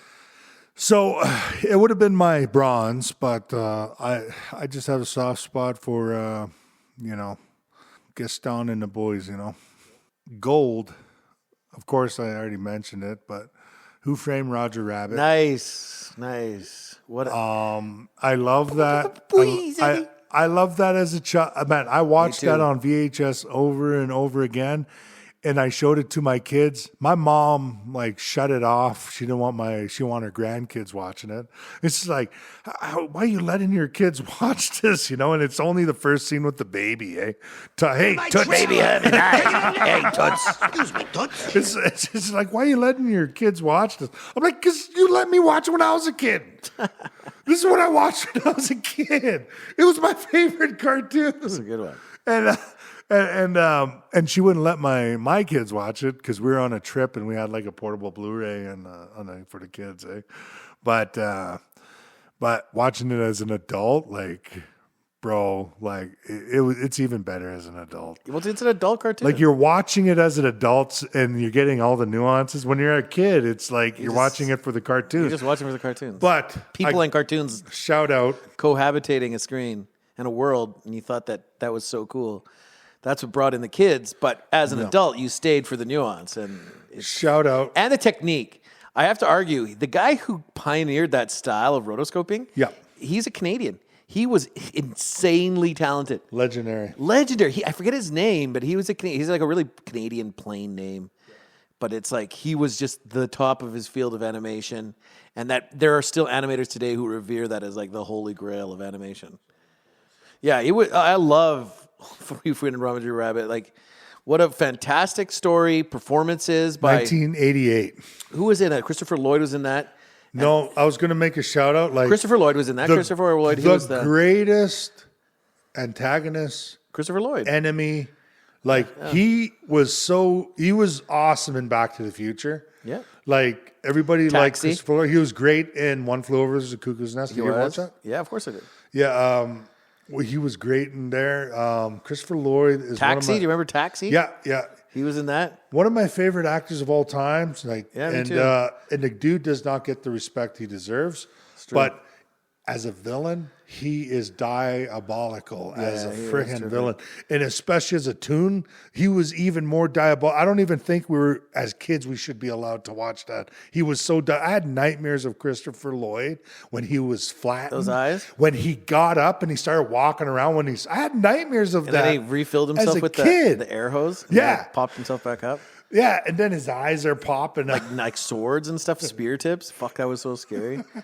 Yeah, that was a good one. Yeah, but terrific cartoon. Shout out to the late Bob Hoskins. Bob Hoskins, one of the greatest actors ever. Yeah, Eddie Vallant. Eddie and Vallant. Yeah. Oh, yeah, Vallant. Eddie Vallant. Valiant, yeah.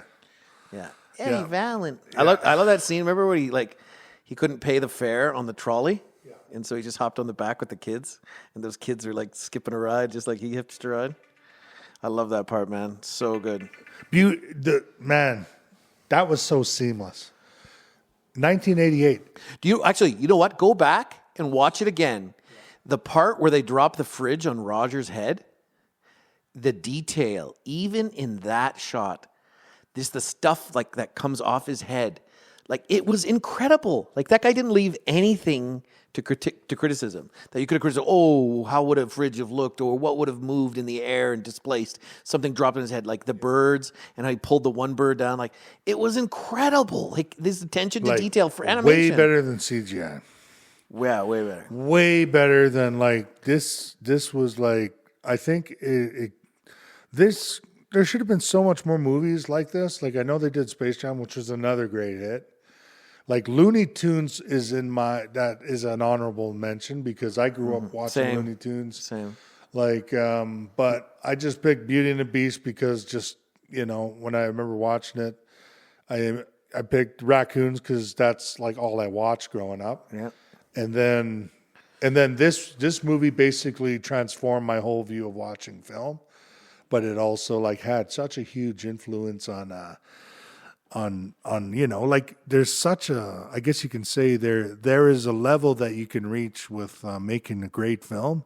This is one of those levels when you're taking even the idea of having Looney Tunes in the real world.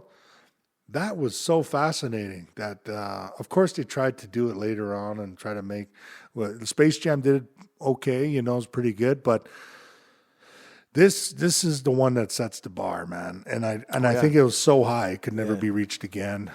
It may not have done as good as Space Jam, but this movie. Well, there's a reason why animators. The story was fantastic. Very dark too. It is very dark, but animators and people who are into animation look at that as the holy grail. Like what is his name? Who is the guy who animated? You got it on your computer there? Yeah. Well, who he was, people hold him up as like the messiah of animation. Legendary Robert Zemeckis. Yeah, he was a good director. Robert Zemeckis, all the Back to the Future stuff. Touchstone Pictures. Yeah, all the Back to the Future. But Who Framed Roger Rabbit was terrific. All of it, and how he brought back like old characters. Richard Williams, yeah. And then the Betty Boop cameo. I still got it, Eddie. Boop, boop, be-doop, boop. He's just the nostalgia, the Jessica Rabbit, the love between Jessica, Kathleen Turner's voice. Iconic film. Great choice. Well done. Kudos to you. That's a goal for you. Yeah. I'll give you a goal for that one. That's a goal. That's a nice score right there, buddy.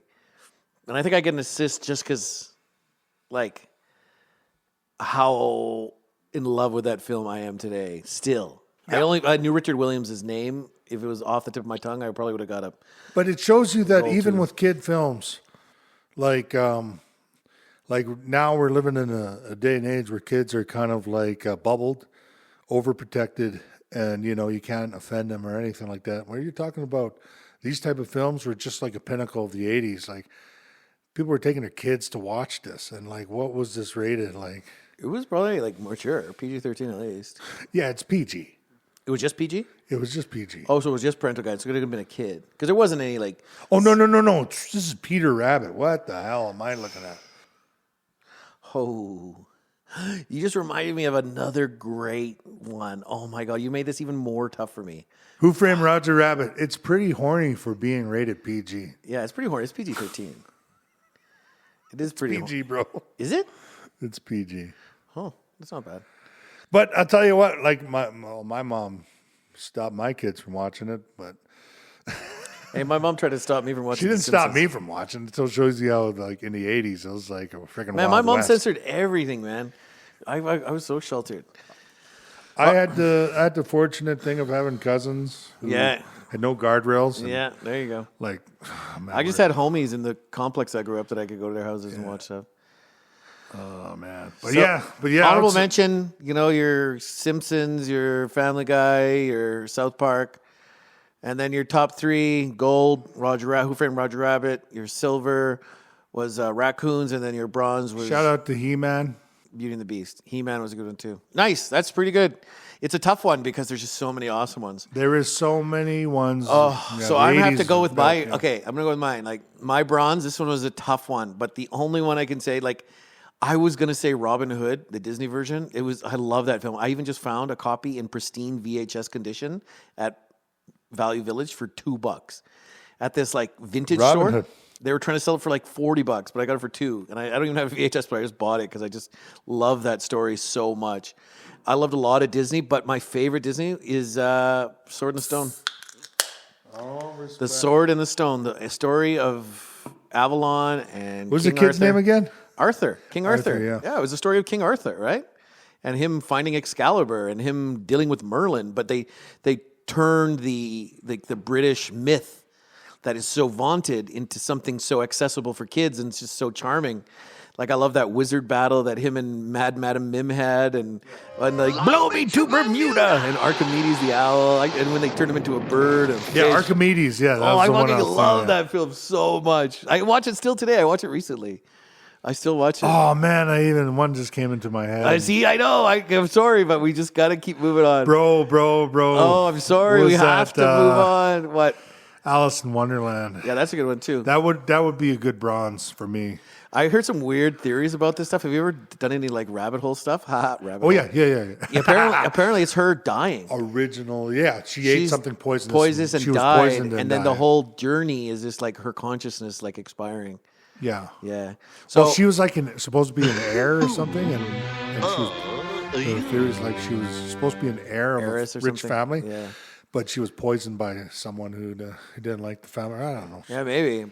But even that, man. Snow White too is another one. Apparently, Snow White. Yeah. She's like, she died, and that whole her going to that castle in the sky. That's her basically being killed, or no, dying, and then her spirit being taken to the afterlife. And then, so that's my number. That's my bronze is Sword in the Stone. Sword and Stone. My silver. I had some time to think about this, so I can rattle these off a little quicker. My silver is the late 70s, or is that early 80s? No, the early 80s version of The Hobbit.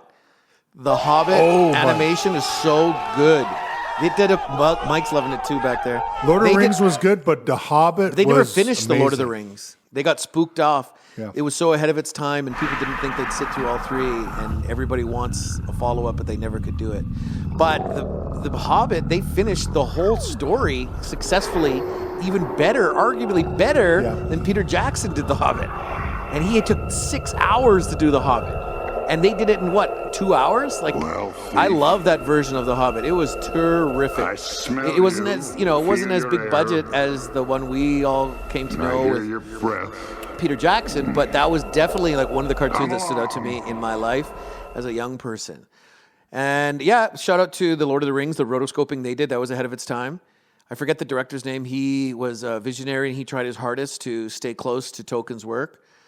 And then I'm going to say for my gold medal, my favorite cartoon of all time, something I still watch today, is Akira. I remember when I was a kid in the video store, I saw a clip for it. I saw it playing in the background, and I saw the motorbike scene. And I was just so excited by it, like those bikes, the way they were moving, the way they animated that. I was just so impressed with that. And then I got my mom to rent it. And then she previewed it everything I watched, right? She watched it before you even got were allowed to watch it. She didn't watch the whole thing. So you had to wait like what? A few hours before, so she could watch it before you had to go play and do whatever the heck. so she could watch it. And you're just pumped waiting. I'm waiting. I'm like, for the I want to okay. see this. I want to see this motorbike scene. And then she's just, nope, we're not watching this. And I had to wait years. Years to watch this. No way, And man. then I watched it. I recognized why she didn't let me watch it, because that opening scene where they blow apart the dogs that are chasing them from the military compound. Those are bloody. That was bloody scene, but that wasn't it. The part where he got that guy who stole that kid, that telekinetic kid, telepathic kid, he took him into that military no-go zone, and they blew him to smithereens. That's where she was like, no, that kid's not watching this. But I love Akira. The message, like the power of Akira, or the power of creation, is even in the smallest cell. The messaging in that, the whole story, the manga that was that was animated, that brought life to the film, the movement that it started for Japanese animation. Like, it is incredible, and I love Japanese animation. And this isn't even this isn't even taking any of like my Miyazaki love. It's I ahead love of its Miyazaki. time. I love Miyazaki so much. I love Howl's Hayao? Moving Castle, Hayao Miyazaki stuff, Hayao Miyazaki. Nausicaa. Yeah. I love like Princess Studio Mononoke. Ghibli? Studio Ghibli, yeah. Ghibli, yeah. Yeah, I love their whole suite. My Neighbor Totoro, all of them, man. Get this.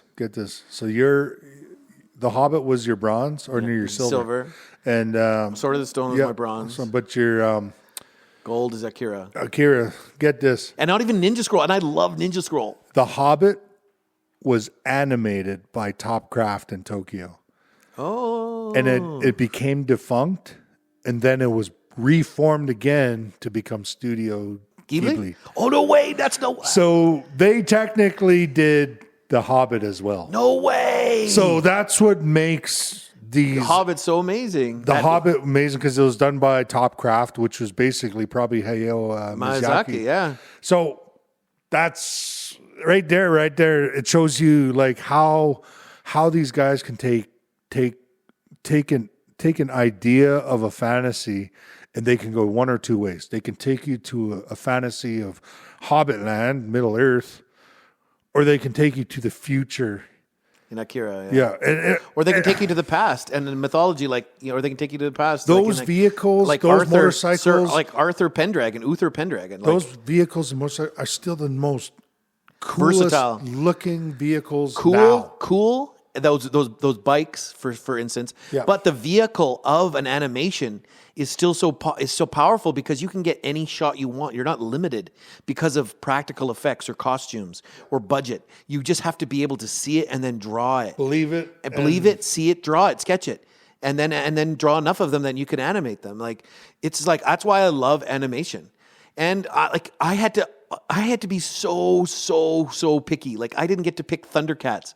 I didn't get to pick TMNT, Teenage Mutant Ninja Turtles. I used to rush home to watch that. I didn't get to pick Transformers, Robots in Disguise. Teenage Mutant Ninja Turtle, X-Men, and Thundercats. I was watching this deep dive on Thundercats. Did you know Thundercats? Yeah.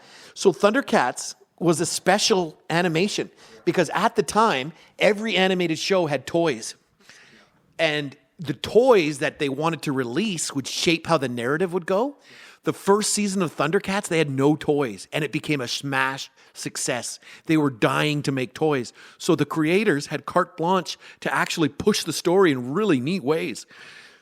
Yeah. So that's why we loved Thundercats. And we're not even talking it was driven by Ghost toys? in the Shell, Ninja Scroll. Did you ever watch Ninja Scroll? Yeah, maybe. Bro, they're just releasing it in round 4. They're remastering it to 4K. Like, it's coming back. Like, it's so popular. And like there's so many incredible cartoons that I can't speak highly enough about. Well, I want to do a deep dive into the cartoons now, the Japanese cartoons that are huge now. Like I'm giving you a goal for big that poll about the Hobbit studio. TrueCraft. Well, I looked it up and cool. I found this Topcraft because I was thinking who animated The Hobbit, and it said Topcraft in Tokyo, and then it said now defunct, and you said Miyazaki before I even finished reading. Isn't that wild? That's the universe working through us, man. It's Studio Ghibli. Yeah, shout out Studio Ghibli for sure. And two, they also took it to the next level with Nintendo and the story tales with Zelda, and even the animations and using 8-bit, Mm-hmm. And then they took it to the next level when you get Sony PlayStation, when you got Metal Gear Solid, mm-hmm. Snake Plissken, Final Fantasy, the story. I still play Final Fantasy 3. The story. I still play it. I played it. I played it recently. Final Fantasy 3 is one of the greatest games of all time ever made. Yeah. But yeah, it's amazing in such a little island that's not as big as Alberta. Not even close. But. And how many they can't people even live use there? Half the island because it's all mountains. The history, and they're all being taken over by tsunamis, and atomic apparently bombs. That's why they built their houses out of wood, because the earth was so violent to them that if you built anything permanent, the tsunamis or the everything winds great would came knock out it of down. Japan, like Godzilla. And that was a response to that was like my childhood. That was a response to radioactivity and like the threat of nuclear war. That's what Godzilla was, right? And the Well, Earth actually, coming back to fight. yeah, it's actually the guy who directed it. It's basically a metaphor of what happened to them with Nagasaki and Hiroshima. Yeah, and That's how they processed it, and I love that about their people because they're the only nation that's ever had a nuclear bomb dropped on their people. they made war illegal after that happened, eh? Mm-hmm. And they're a warrior culture, kind of like us Blackfoots, but they had the samurai. You guys were the shogun. Well, you guys were what Bushido. Bushido, yeah. Warrior culture. And you guys and native people were Bushido as well, were warrior cultures as well. Yeah. But we were more deadlier than them. But they were more farmers. Their and asses came over here would have beat the shit out of them. Yeah, but they had steel. Yeah. Well, they had steel. What did you guys had stone? What? Stone. I was Obsidian. Scalped them up. Oh, sure, you would have got a few of them, but they had steel, man. They were Hey, boss man, the swordsmen. Vikings came over here, man. They can do shit to us. Well, they could get across. than They did breathe the a bit. logistics. The logistics were too hard for them to get close. Well, the Vikings were here. They know well before Columbus, but they just couldn't But they Leif respected Erikson. us. They Shout said, out to Leif You Erikson. guys are pretty solid. Oh yeah, Respect. bro. Back Watch home. Vinland Saga. Have you seen Vinland Saga? No. Wicked story. Japanese animation studio retold the story of Leif Erikson, the first Viking to make it to Newfoundland. Vinland they call it, right? That's Vinland Saga. Terrific cartoon. Terrific. But yeah, man, like animation was is a popular thing, and like we didn't even get into like the puppetries. We didn't get into the other like the claymations. Did you watch the Scarlett Johansson of Ghost Machine? Oh, and you know what? My honorable mention is I was going to mention those, but this one that came up where you were talking to me, the Fievel Goes West, but Secret of Nim. Did you ever watch that? Secret of Nim. I have to see I Dude, watched so many it was characters, I don't even know so the names. that artist, he was a renowned animator too, but it was a really dark animation, like a really dark theme.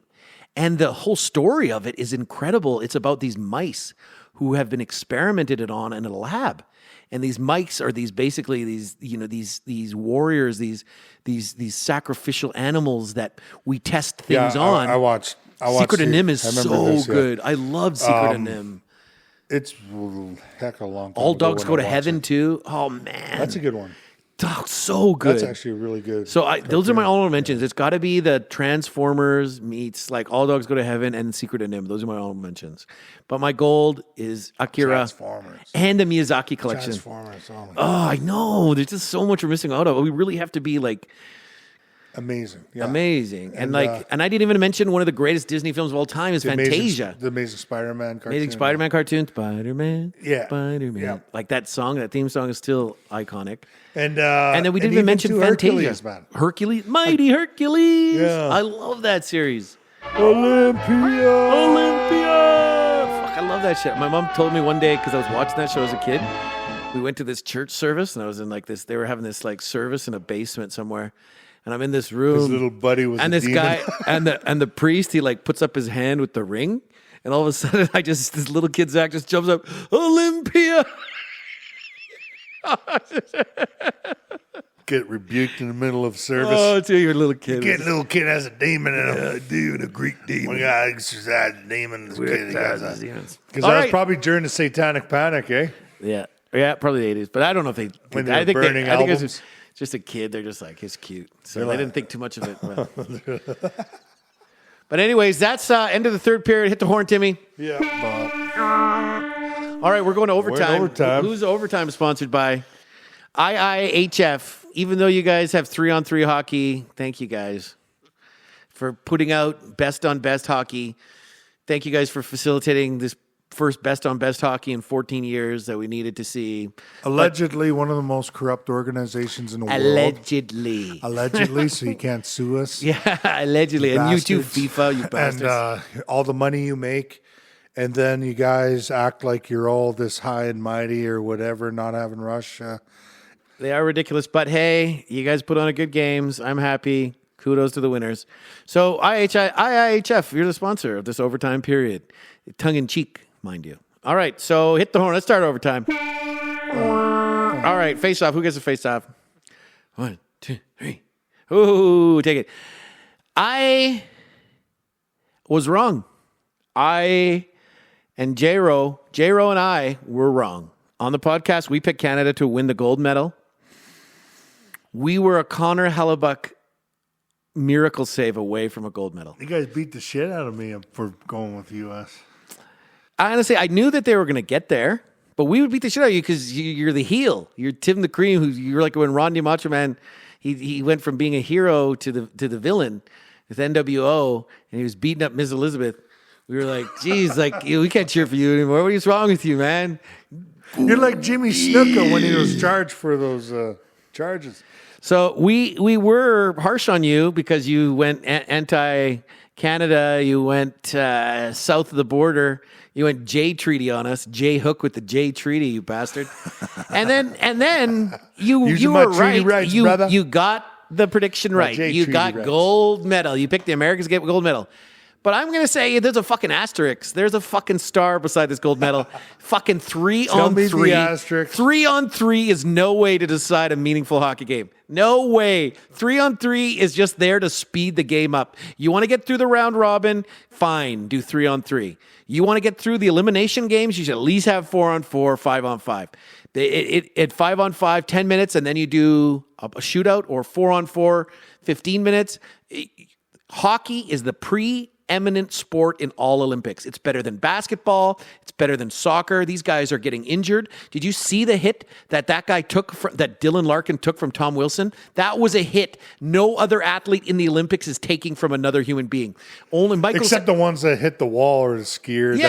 That American skier. What's Lindsey Vonn? But that's not against another person who's against competing against you. Objects. Yeah, it's like in basketball, these guys are just so soft. They're not doing anything of that speed and more bony than soft. Yeah, more viciousness. It's bullshit. Hockey is the best Olympic sport, summer and winter combined. It is the biggest ticket. Do you know how much the salaries were cumulatively? If NHL salaries all added up per team, it was $212 million of professional American athlete. And Canada are at the top. Of professional athlete salaries. 1 and 2, U.S. and Canada. Yeah, and it's like no other sport has this much money professionally on the line. And you see why the NHL hasn't negotiated with the IIHF in good faith to bring us best on best these last 14 years, because they are not paying us enough revenue for the amount of sacrifice these owners and these fan bases and these teams are ponying up. Except for the starting lineup of the Summer Olympics for the Team USA. But that's just one. That's one like team. 500 million right there. No. Now it's because they're all $50 million players. Like, but maybe it's like, you know, their starting lineup. Well, their lineup is 12, maybe times 50, million. 600 million. Oh yeah, 5 guys. 600 million. Just the starting lineup. 600 million. Starting lineup. Yeah, it's probably like 300 million ish. 600 million just for the starting. These guys are like, no, it's like Steph 250, Curry's making 300. like what, 45 a year. Yeah, Shea Gilgeous is like 70. So Canada has a little more, like maybe basketball has a little more money just because their salaries are But so it is what skewed. the sport is. Yeah. But the sport isn't nearly as competitive or physical as NHL hockey is, and like especially best on best hockey, where these countries have played each other so much that they hate each other. Maybe soccer, but they do the World Cup. Is that with IHF? They that's the at FIFA. Yeah, FIFA. But they do Olympics too. But the thing is, soccer isn't nearly as like intense as hockey. Guys are running at what, 18 kilometers an hour, 20 kilometers an hour? Yeah. Hockey, you're going like 40. You're going twice as fast. Like, nobody is as big as Tom Wilson smashing you like that. Yeah, nobody's going out. It's like getting hit by a small car and getting up and finishing the game. Keep playing the game and then go back and play NHL hockey a week later. Yeah, like a man. Yeah. Like a man. And that's what hockey players are. And they don't complain. They just go. They go about their business. Like when I look at my fantasy hockey, when I look at my fantasy basketball, half of my starting lineup is injured. Is out. Yeah. And plus like 2 other guys. And that's why I like that rule in the NBA now. It's like you have to play X amount of games to be considered for a trophy. Yeah. Because this load management is bullshit. No, it's bullshit. You know what? You should be playing every night. Michael Jordan played every fucking game he could because he knew somewhere there was a dad or a mom who took their kid and spent a lot of money so that their kid could see their hero. And you're going to still charge the same money when Shea Gilgeous is sitting out or Kawhi Leonard is sitting out because of load management? Shut the fuck up. Back to Olympic hockey. You got it right. I still think it's an asterisk. 3-on-3 is bullshit. Canada dominated that fucking game. We were head and shoulders above that American squad. But what happens in hockey, Tim, you know full well, no matter how fucking good you are, how fucking strong your offense is, if a goalie's on a heater, you get fucking goalied. It can become a verb. He fucking goalied us. Connor Hellebuck stood on his head. That save he made on Devon Taves, even though it was Devon Taves, he's not a scorer, at the top of the crease there, open net. I don't know why he's going reverse post. You know, if he goes just on the ice low, he scores. He just has to brush it in, but he tries to raise it just a bit, and blindly Hellebuck throws his paddle back, saves it. What a fucking save. He meant to do it. Of course Hellebuck did, but it was just timing and off by an inch, and it's just... Connor McDavid had a breakaway. And so did Celebrini. 1,000 Deeks couldn't get through him. Celebrini couldn't. 2 breakaways for Celebrini. McKinnon had an open net. And it was off the post. Yeah. You said it was off the net. It was off the post. He had hit the fucking post. We're talking like half an inch. It wasn't even at the center of the post. No, it was the outside. It was on the outside. It's still the post, though. So he was still off by like 2-3 inches. Oh, 2-3 inches. It's still the post. Yeah. That's what she said. If it's only 2-3 inches. You'll get her mad if you can't give her that 2-3 inches. Fuck. But we got beat. I'm happy to lose, to see them hoist Johnny Gaudreau's jersey, and to see Johnny Gaudreau's dad in the stands. I was happy with. His kids were there. Yeah. I'm just a little disappointed in the team for going to meet the president after he said those things about the female team, the winning team.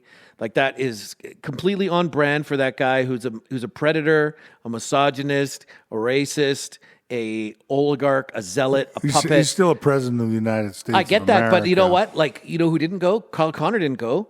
Good for Kyle Connor. I have more respect for Kyle Connor now. Well, the problem is like the difference is like partying with Cash you Patel. Respect the president. Partying with Cash Patel. You're letting that guy hype you up. The guy who said, "Oh, the Democrats, cocaine eyes, cocaine Patel. No. They're keeping the fucking Epstein files from us." We that guy can go held them up for how we long? want, but in reality, if we actually knew what all the dark deeds of every single American president, you know, I think Donald Trump wouldn't rank in the top 10. So. Even though he is, you know, has done terrible things. Yeah, he incited a riot as a coup d'etat. He backs criminals. He backs fucking racists. Well, it's better than backing guys on islands and. He's on the island. He's on the island. There's pictures of him with this guy. Everybody. No, we're talking about everybody. Not everybody. Bill Clinton, there wasn't enough room on his passport from all the stamps he got. And I don't like Bill. I never did like Bill, especially when I found out the Pizzagate stuff that Hillary leaked. You know, I'm not a fan of these guys, the elite class. It doesn't matter. Like, since Richard Nixon, who was before Richard Nixon after JFK got assassinated? Was it Lyndon B. Johnson? Yeah. He was part of that orchestration. Yeah.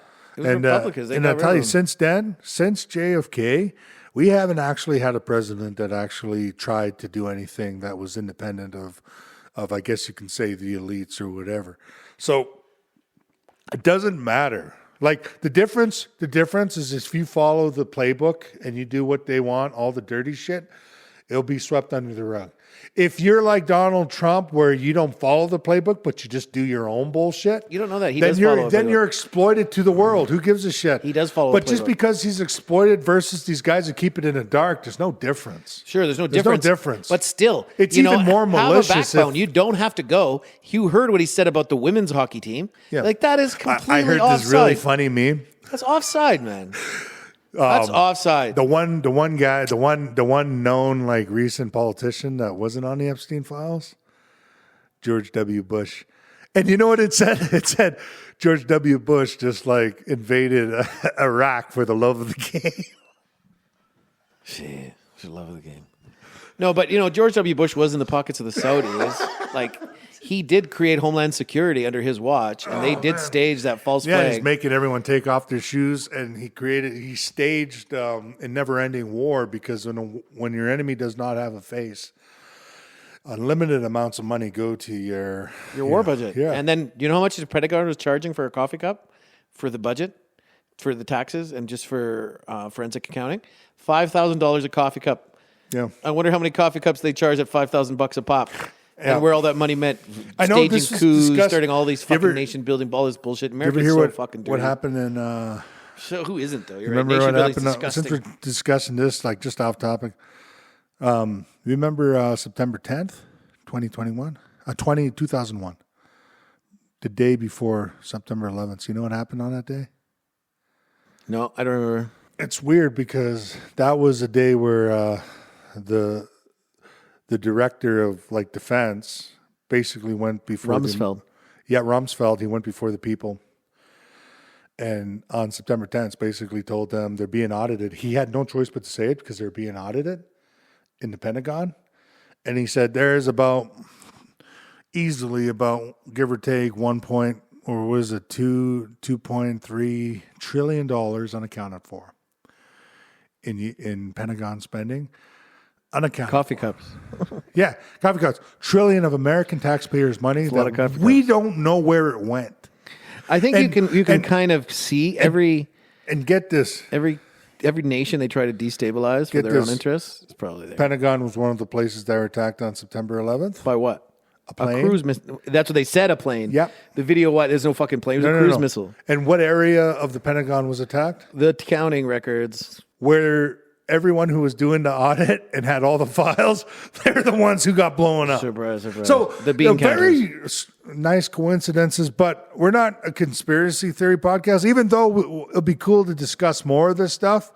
But maybe we'll do that on a podium. A lot of people, conspiracies. a lot of people say, "Well, no, that can never happen." Well, I tell you what, with the Epstein files, like, have you not been paying attention?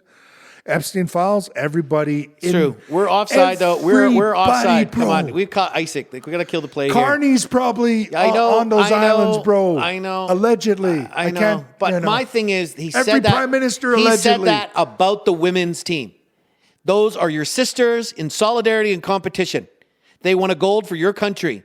They play the same game you play, and you betrayed them by going to lunch at the man who criticized them so arrogantly and disrespectfully. That is bullshit. Okay. That's not hockey. You're getting in a little too into politics. In the end, No, I just think it was bullshit what they did, supporting Patel, going to see Donald Trump, and especially vindicating him by showing up. You don't become president because a small majority like you. You become president because No, you do, because a people small like majority you. of controlling interests do. No. Not because you lied enough populist-wise to enough people to get them mad and get them angry, and then they use that anger to fool their votes. But the point is, Olympic hockey was fantastic. You picked the right one. I don't like 3-on-3 overtime. I didn't like it for the women's either. But the Canadian women's, you went with the old pros. They were saying, we can turn up the intensity whenever it matters. And they played the best game they could, but they still were far behind the Americans. The Americans went with 7 kids from the NCAA, and they took it to us. They were the better team by far. They had their stars, but they had enough depth to push the pedal, push the pace, where it left us really wanting. I saw Sarah Nurse has how many commercials throughout the Olympics? How many goals did she score in the tournament? What is she even doing there? Take these fucking overinflated egos and people who are trying to mac you fat. She's could care fine. less about, she is well Darnell. past. She is well past her prime.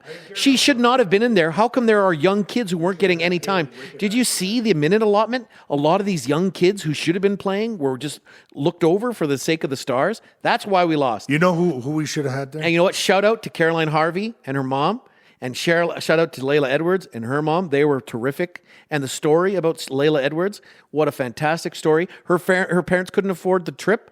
And who stepped in there? Travis Kelce, Jason Kelce stepped up there to lead a crowdfunding to get her parents to go watch their daughter win gold medal.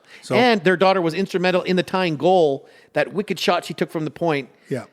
They're beauties. And I'll tell you what. It's tough to watch the loss. Tough to watch the Hall of Canada depend on Mary MPP's fucking balky knee, and we didn't have any kids in there to defend against it. We had a 1-0 lead all game. We couldn't put any pressure on them, and they're just coming at us in waves and waves and waves. It's eventually going to crack the seal, and they did. And you can't expect your goalie, Desbiens, to do any more.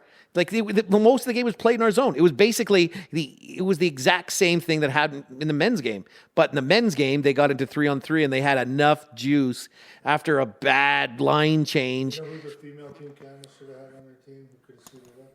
Who? Cheryl Pounder. Yeah, she's Fox. Honestly, and saying MPP is the most clutch. One of the broadcasters saying MPP is the most clutch professional athlete of all time. Pfft. What? I saw her in that game. She had chances. She had chances to tie or put the team ahead. Couldn't do a thing. Maybe you say it's her knee, whatever. Should she even been playing if she can only play at 60%? It's like the Joe Thornton thing when he was playing in Boston. Everybody's like, oh, he shouldn't have been playing if his back was hurting. You actually held us out. You actually did more damage than good. Maybe it's that. Because if you're playing at 50%, are you better at 50% than a young stud who has every right to be there playing at 100%? And I'd say no. And they screwed up, I think. Well, I think Doug Armstrong needs to go. What did Sidney Crosby do? I think he sat out. He could have played. He could have, but he didn't want to take the spot away. He didn't want to take the risk. He didn't want to take the risk. And Doug Armstrong needs to go, and whoever the GM of the women's team is, she needs to go too. Because the Americans dummied us all year with the women's team, and we got to respond. And we got to start getting more kids in the lineup, thinking that the vets are going to be able to turn it up when they need to. Didn't work. Your plan is over. New plan, new blood, new legs. What they should have done is like that's the thing. They have this loyalist. They're loyal. Well, not necessarily loyal. I don't know if it's blackmail, but like I said before, they're getting these guys who are way past their prime in the NHL. And when it comes to reading the game, reading the players, because you just look at St. Louis Blues, where are they right now? Like they're burning their team alive. They're fighting with Calgary and Vancouver. They're literally burning their team alive, barely making the playoffs, and they haven't achieved anything in half a decade. Well, still more than most of the other teams. They won a championship, 2018. Still half a decade. Like Paul Maurice, how many cups does I would kill for a championship in the last half decade? Last 2 years, Paul Maurice he's a Canadian, eh? 2-time Stanley Cup champion. You know, and didn't he win with Carolina? No. He left Carolina the year. He made the finals with Carolina that first year, and they lost to Laviolette, Detroit. wasn't it? Yeah. But I think Paul Maurice made the finals that one year where they made the finals. They lost to Detroit. Was it Detroit? Because Carolina lost. Or was it to who did the? Yeah, but either way, Paul Maurice, 100% should have been the coach of that team. 100%. 100%. The GM, I would argue, like Jim Nill. Jim Nill. Yeah. I would have went with Stevie L.I. Yeah, why Nill? Either of them. Steve Y has experience in the over Olympics. Doug Armstrong. Get that fuck out of here. Steve Yzerman's relatively undefeated. He picked the 2014 team. Man, this should have been Schaefer should have been on that team. Mike Scheifele should have been on that fucking team. Schaefer would have. Eric Blad should have been on that team. Mackenzie Weirgard should have been on that. Bedard should have been on that fucking team. Like whether you like it or not, in those type of games, you want like what do you call it? Game breaker, super ultra confidence. But you not want a guy, scared of the an moment. Unpredictable, like a guy with a shot like Bedard. Yeah, he can shoot it from anywhere. Over who? Over Jarvis. Jarvis, okay, I'm okay with as like a bench rider. I would much rather had Bedard than Jarvis. Yeah. Like look at the help. Look at the centerman that Bedard plays with. Look at the centerman that Jarvis plays with. Yeah. Well, arguably the best centerman on Team Finland Jarvis plays with. So Aho is one of the greatest centermen on the planet Earth. Sam Bennett deserved to be on that team, but he wasn't, and we made a big stink about it. And then they picked him out after, yeah. Sam Bennett did basically hurt them. That's all he did. No, that penalty he took was not his fault. That was just a hard forecheck, loose stick. He was a non-factor too. He wasn't a non-factor. Their line was playing really well. He's been playing. They were winning board battles against tough board battle teams. They were winning board battles. They just didn't have the transition game. I don't know what it was, that line. They just didn't get the breaks that he got during the Four Nations. But he still played well in that game. He was disciplined. McDavid never got off the ice. I know. And this is the problem. This is the problem that all the coaches had. Well, like when you go back to what's his name, Woodcroft or whatever, in Edmonton. I hate that smug prick. Todd McClellan, Woodcroft. You're dealing with the issue. Like McClellan kind of had them whatever when 2017 against the Ducks, they got put up by Ryan Kessler. Ryan Kessler was just a beast against McDavid, and it was just a man with a boy, and McDavid wasn't into his own yet. But when you look at now, you're looking at Knobloch. He's probably the most like high percentage like coach right now. But when you look at it, they fired out of like desperation, and they hired Knobloch. Knobloch comes in, they make the finals 2 years in a row. And the guy does not know how to coach McDavid or Draisaitl. Draisaitl and McDavid coach him, and two, when he's desperate, he's throwing these guys out left and right. And any player, like, they're not going to say no to ice time. But when you watch how these guys are basically just like McDavid, relatively, he feasted on a weak pool. Like, I guess you can argue U.S. and like everyone's kind of beeline right now because like they're not at the level. Even though Canada had some difficulties, the Czechs weren't weak. But the teams they did, like Denmark and all that, they're feasting on these guys. Sure. That like McDavid does kind of like to overly dominate when it's garbage time. That's my problem I have with McDavid. Like in the playoffs, if it's a 2-1 game, it's Draisaitl. If it's a 7-3 game, McDavid's getting a bunch of points in garbage time. Most of his points ain't when it matters. He's just packing on the garbage, And you look at it. When it came down to when it mattered, McDavid just looked like he's out of gas. Like he just looks like he does not have. I don't know if it's out of gas. It just looks to me like he is what he is. He is not a finisher. He's a definite playmaker. And he's overused every game. He's a playmaker. Because he is who he is. He's a very fast player whose hands catch up to his feet and his brain catches up to his hands. Like he can play at that speed well enough to find guys. But you still need a finisher. Macklin Celebrini is more like him than he is Bedard.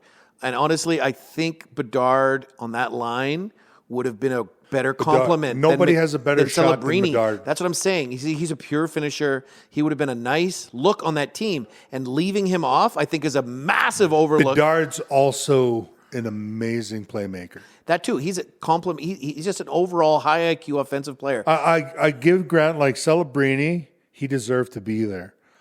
And I think that Bedard would have been just Celebrini as effective. did, but that's what I'm saying. Is that Bedard would have been just as effective, if not a little more. And I think in a big game, you want the swagger. Celebrini was more threatening than both McKinnon and McDavid. But he was threatening because of McKinnon and McDavid. Yeah, because they command so much fear on the ice that they open up space everywhere else. But he had Celebrini's good at getting open ice. But you give that ice to Bedard, I think you have, in critical moments, more goals. Maybe you have more finish. It's probably a 3-1 game. There's no overtime. And we just dropped the ball. And that's directly on Doug Armstrong and directly on Cooper. And not wanting one of the most dynamic goal-scoring players we have on our country. You left that kid at home. I think that was a huge oversight. It's easy to play, hindsight 2020 game, armchair GM, but they didn't take the best, and they put a team they thought was the best, and they outsmarted themselves. So big thumbs down to them, and big thumbs down to the IIHF. 3-on-3 to decide a gold medal game. The biggest ticket because you want to make the fucking closing ceremonies. You think an extra half hour, 45 minutes is going to fucking screw things up? It's getting the most views, the most eyeballs around. Yeah. It's the biggest fucking ticket that's paying for your whole fucking Olympics. Yeah. You think people are coming across the world for fucking biathlon, cross-country skiing? Shut the fuck up. It's fucking ice hockey. It's not fucking anything else. It ain't no speed skating. Yeah, fucking speed skating. Christina Lemay-Doan. God, even that Dutch chick, she was pretty hot. Fucking Jake Paul's lady, fuck, she was fine. But still, I'm getting a little heated, but I'm fucking mad. But no, I'm even more mad at Canada, not because of the team, because I expected them to screw up, and I knew they were going to screw up because of Four Nations. They got out of that by the hair of their chinny chin chin. Yeah, thank you, Adam Fox. Knew that. Adam Fox, thank you. And if that was any sign of the Olympics, I told you guys then, Canada ain't going to have a shot in the Olympics. Yeah, you said Canada pushed your team to the limit. I didn't think... In an overtime, a better overtime, Canada wins. I didn't think Canada's lucky to even be in the gold medal game. Lucky? They were the most dominant team by far. They had the best arrangement of top-end superstar talent and then complementary talent. They almost won the fucking game. Two fucking What was the score in a miraculous... Czech Republic game? That was, we only won by 1. We came back by 1. It was, 3-2? Yeah. And we were down 2-0, and the goals they had were nice. Oh, that was against Finland. Yeah. We came back that Finland game. They were playing on their heels, trying to defend exactly like the Canadian women were doing. They are lucky. You can't do it. They are lucky that they were able to come back. Got to be good to be lucky and lucky to be good. No, They're no. a good. It's true. It's if it happens 2 times in a row. If it happens 2 times in a row, they are lucky to be in the goal minimum. Nathan McKinnon. It doesn't matter. Post, open net. It doesn't matter. Devon Taves had no business being in that game. Matthew Boldy doesn't even score that goal if it's even a better defender. I respect the game between Sweden and USA, that was close, because Sweden has always been a powerhouse, and they do have players that can turn it up when the game matters, and they do have a solid D-core. But the thing is when they came in, they played Slovakia. Like it wasn't. That's what Canada should have did to Czechs. That's what Canada should have did to Finland. Canada should have just eased their way into the gold medal, but they got there, and then they were playing lights out. But I'll tell you what, in the end, USA was more skilled. No, they were more patient, and also too, US of A. No way. You know what? They were the worst team on the ice. They only got bailed out because of their goalie. They had the better goalie, and Binnington still played well. Binnington wasn't no slouch, and that goal they scored is 3-on-3 bullshit. You're giving the top players in the world. McDavid had his chances, but in overtime relatively too. most McDavid of the game he blew it in overtime, trying to take it in 1-on-2 like that, thinking he's better than all these guys. He should have turned back, waited for it. IQ. Honestly, it showed lower IQ. I was unimpressed with how he played in overtime. He gets exploited when he plays against top-end talent. He doesn't have it. He's definitely the guy who's going to get you to the big games. Yeah. In the big games, though, he's not going to put you over the top. And that's why Edmonton doesn't have a Stanley Cup. Chance the best player in the game. And they fucked up. Edmonton has fucked up numerous draft picks, numerous assets, numerous time with McDavid, and they're going to lose McDavid. Draisaitl's going to finish career there, but they're going to lose McDavid, and they're not going to have one fucking championship to show for it. And then McDavid's going to slow down, and he's never going to be able to be what he was. And he might win a championship as a bus rider for some dominant team. Maybe. He's never going to be the captain of a Stanley Cup winning team. It's not going to happen. Like I'm saying it now. If he can't win this year, their only chance is this year, because Barkov is going to take some time to get back up into game shape. And if he gets back into game shape, they still have to make the playoffs. They still have to make the playoffs, and they still have to get through.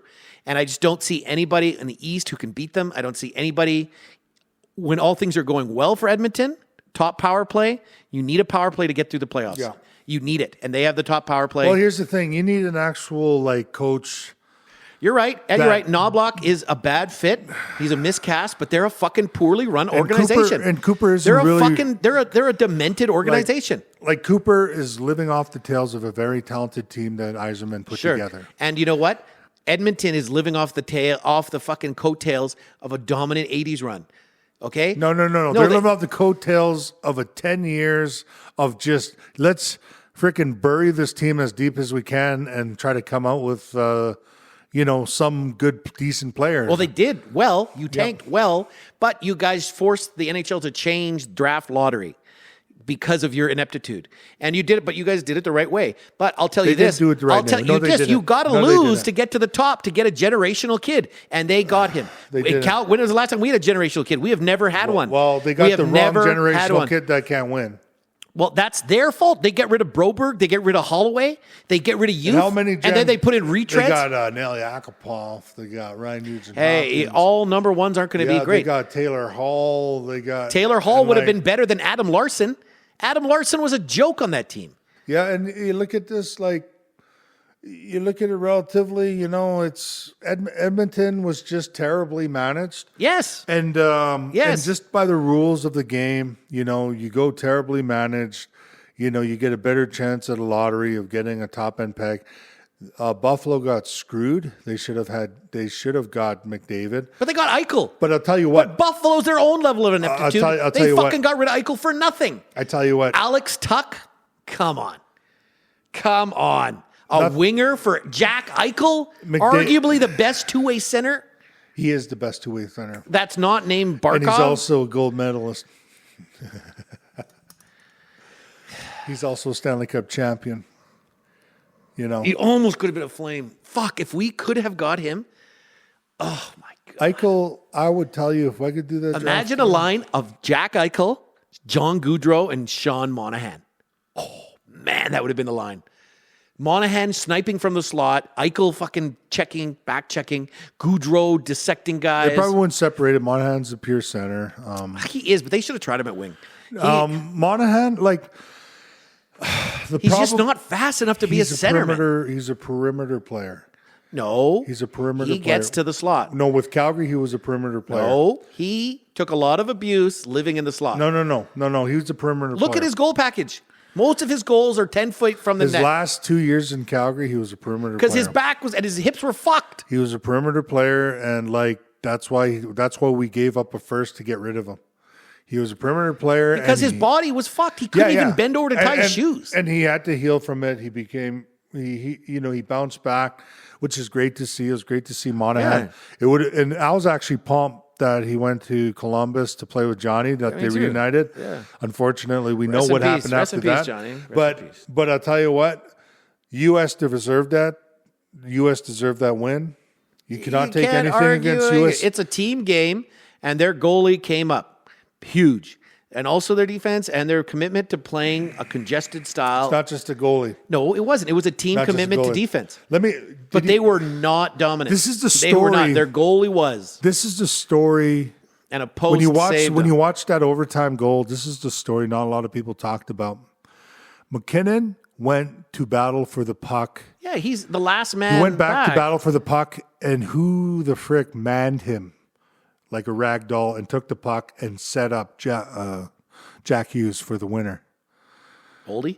Werenski. Oh, yeah. Werenski, when you watch that play off, because it was kind of out of sight of the camera, Werenski manned McKinnon like he was a little girl. No. And he passed the puck to the perfect pass right to Jack Hughes, and Jack Hughes. I remember that play. Didn't even miss If that was a real defenseman back there, that play never even happens because he got caught in a no man's land. He didn't know to attack the puck or let it come to him. And he fucking got stuck in that little moment of hesitation, allowed Werenski to take the puck and pass it to Open Hughes. Werenski didn't take the puck. Watch that play again. Werenski didn't just take the puck and pass to Hughes. He manned and ragdolled McKinnon off the puck, took the puck away from him, passed it to Jack Hughes, top he shelf. He didn't take the puck away because he never had the puck. He was going back to retrieve it. They were battling for the puck, bro. Yes, I remember. I saw the play. But it wasn't, he didn't manhandle him. Werenski manhandled the shit out of McKinnon. All right, let's see. I'm going to this video. He made him look like a little girl. Fact check. Let's see who manhandles who in this. And it shows you that let's see right now. Canada did not deserve to win that game. No, they did. They were the better team. They did not deserve. They were the better team. McKinnon, like McDavid had his chances. Celebrini had his chances. McKinnon had his empty net. They could not. They didn't. None of them deserved to win that. They shouldn't even have been there in the first place. Yeah, right. I tell you, Finland would have probably been a tougher team for Team America. Canada took them to the limit. I don't know what you're talking about. Canada took them to the limit. Look, here's a chip, and here's McKinnon. Doesn't know what to do. Oh, he gives him a bump. It's not a manhandle. Oh, look at this. Get out of here. You're out of your fucking mind. There we go. You're out of your fucking mind. Top shelf. Boom. No, it wasn't. It was 5-hole. Top shelf. It was 5-hole. Look, because here we go. Look, the chip. By him. Now it's McKinnon. McKinnon's stuck. Yeah. He doesn't know what to do. He tries to play the man. A bump. That's not a manhandle. He threw him off. It was a bump. You had a forward on a puck retrieval gimmick overtime. This is bullshit. You got laid out. Fact check. You got laid out. A defenseman manhandled. And one of the toughest guys apparently Canada has is McKinnon, and he just get out of here, you little bitch. He's not a defender. Get out of here, you little bitch. It was a momentary brain cramp. He just no. Watch. McKinnon panicked. He didn't know how to play the guy or shield off. He's not a defender. He knew he was the last on a defense back. He got scared. Because it's 3-on-3 overtime. He got scared, man. 3-on-3 overtime is bullshit. And then he got manned by Werenski. Bullshit. He didn't get manhandled. He got bumped. Watch that replay. No, watch he got Werenski in his American might. Okay, anybody with the watch eagle that? behind him and the power of Donald Trump. Somebody tell me. He freaking threw him over. Threw him over. He just stood up. McKinnon was just throwover. a non-factor. He shouldn't have been there. He's a forward. He was a paper. You're right. He shouldn't have been there. He was because a it shouldn't have feather been in- 3-on-3 he was a feather overtime. in the wind. 3-on-3 overtime is bullshit for a gold medal of that magnitude. No. First best on best hockey, It's the 14 rules of years. the Olympics. And that's what they're going to do. And that's why the IIHF is sponsor of this overtime. And that's why. And it was tongue-in-cheek because fuck you, IIHF. I was there. I cried about why are we doing this in a shootout? What's the shootout when we lost against Czech Republic in '98 and Nagano against Dominic Hasek? I can live with the shootout because that was Olympic. Olympics Hey, you know what? decided a game in a shootout. You know what? I could live with that. You know what? You know what? I'd like to go back in 20-minute time. 3-on-3. I'd like to go back in time, and I'd like to see a 3-on-3 20 minutes between Canada of '98 with Czech Republic of '98 Oh, but it was in the semifinals. Come on, I would take that, sure. But I'm happy we 20 lost that. minutes because it was a 10-minute 5-on-5. It was a 10-minute. Should have been a 20-minute 5-on-5 in Nagano. We should have been 20-minute. was But we got and goalied. Canada got screwed. We And got everyone goalied. whined about the we shootout. got goalied. We got goalied by Dominic, and we got goalied And by guess what? Hellebuck. It doesn't matter because as soon as you get into extra time, the losing team's going to be like bullshit. We lost in a shootout. 3-on-3 is a Bullshit. gimmick. We You lost don't we decide lost a in, game of that overtime. magnitude. 3-on-3 isn't hockey. 3-on-3 is fucking EA Sports No. You joke know what shit. hockey is? It's a puck on the ice and guys are fighting for it to shoot it in the With net. 5 guys on the ice defending 2 defenders, 2 wingers, and a center. Burgers and fries. But this is the rules of the Olympics, brother. If you have the pole power to do that, hey, they changed it from 10-minute 5-on-5 in a 5 shootout because people were whining and bitching, oh, that's too boring. But I tell you what, hey, this is the rules. This is how they play it. And yes, the better team prevailed. No, they didn't. The better goalied his team to a point. Where 3-on-3, they were able to pop a puck past a fucking forward who was back on defense, and they popped it in wide open. Jack Hughes looked like he was a kid amongst men that whole game. He had no business being in an Olympic game. And then when there's 3-on-3, that much ice, him and a goalie, it's not a real contest. It's stupid. Hellebuck played fundamentally a great positional game, a great block. And competitively, he was the most competitive player on that team. There's not necessarily any outstanding saves that were outside of his angling and his positioning. The Devon Taves? That was an incredible save. Every go back, and he just went there and... Oh, he just went there and full time. Devon Taves has no offensive skill. I know He's that. living off the coattails of Cale Makar. He is, and He's I don't living even off the want him there. coattails of Cale That should have been, if Makar. that's Matthew Schaefer. And then when you're playing a guy like who's elite at what he does, and you got like Devon Taves in front of the net, 10 out of 10 times he's not going to be able to finish that play, and that's like 10 out of 10 times right there. He could have an empty net, and all freaking. It was a miracle save. Hellebuck could have reaching back with his stick. All those saves that happened where the guy reaches back with his stick and the shooter thinks he's got an open net. The goalie denies it. Those are all miracle saves. Those are never intentional. That's not a miracle save. He's doing a reactionary save off a fucking rebound. No, you're just hoping a prayer. That was a hope and a prayer Devon save. Taves shouldn't have even been there. I know. What the hell is he doing in front of the net? I don't know. He shouldn't be shooting the puck.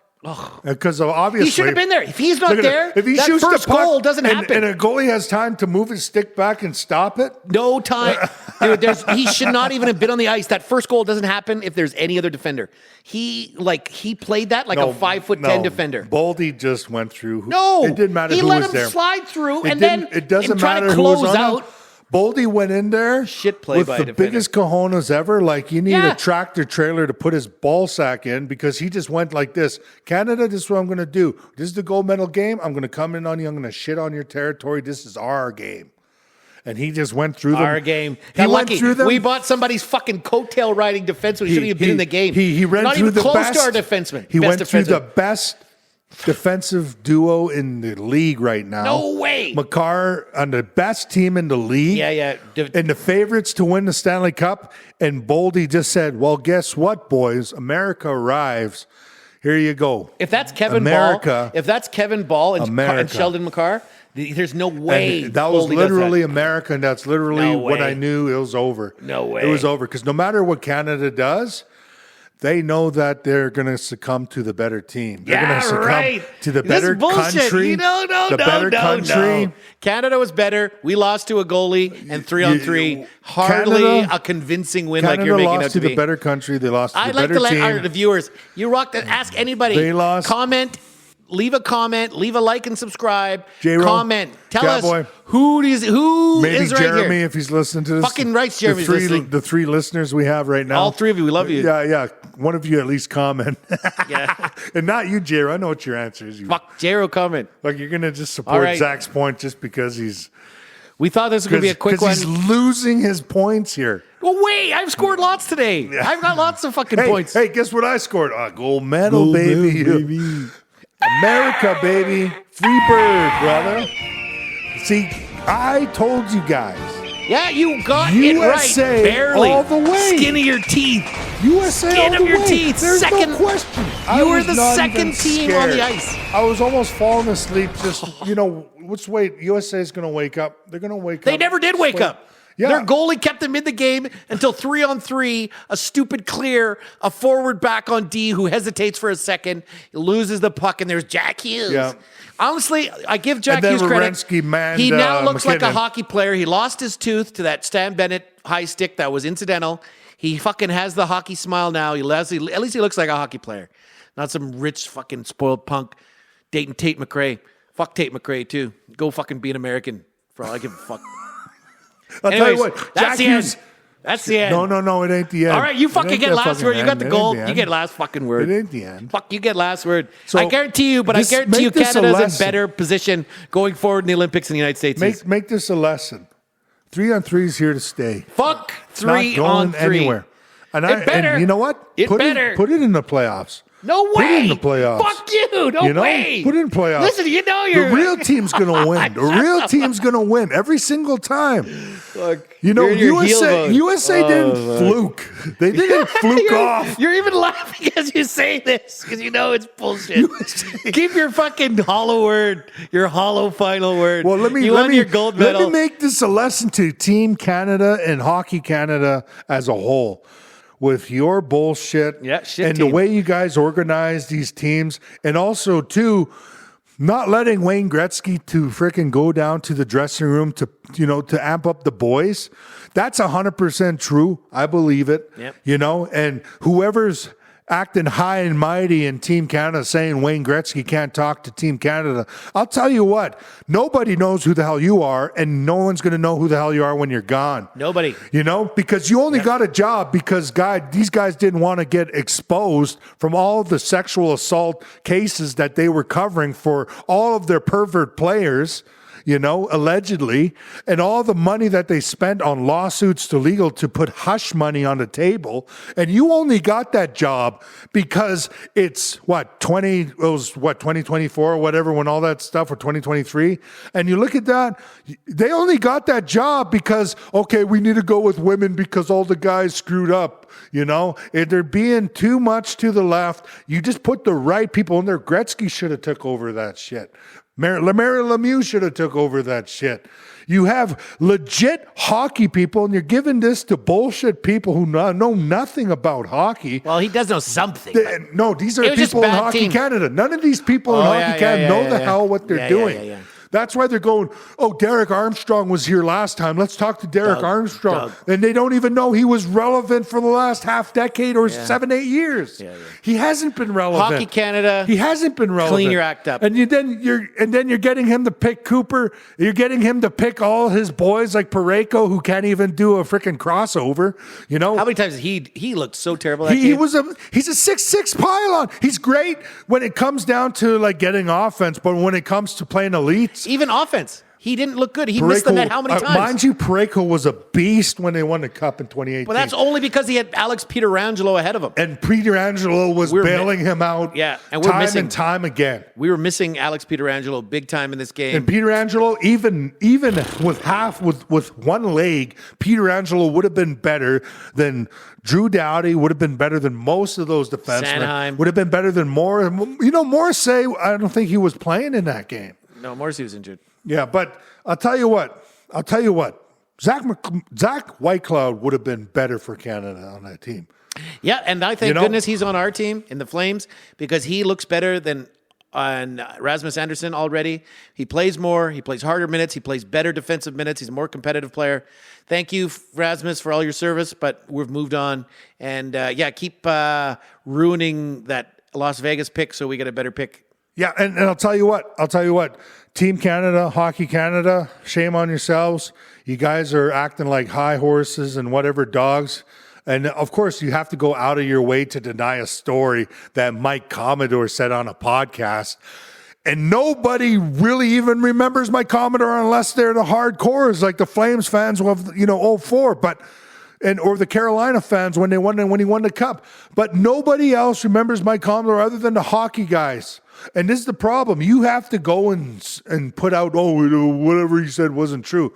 I'll tell you what, You should have brought in Marilyn Monroe. You should have brought in. You should have flew them in, even if they didn't come. Mark Messier, Yzerman. Messier and Gretzky were sitting in the stands. The greatest duo, NHL history.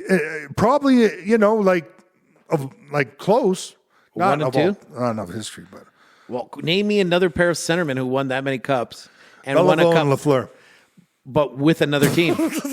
With another team. Well, Mark Messier won one with New York. No. Mark Messier, he could have went down there and talked to that team.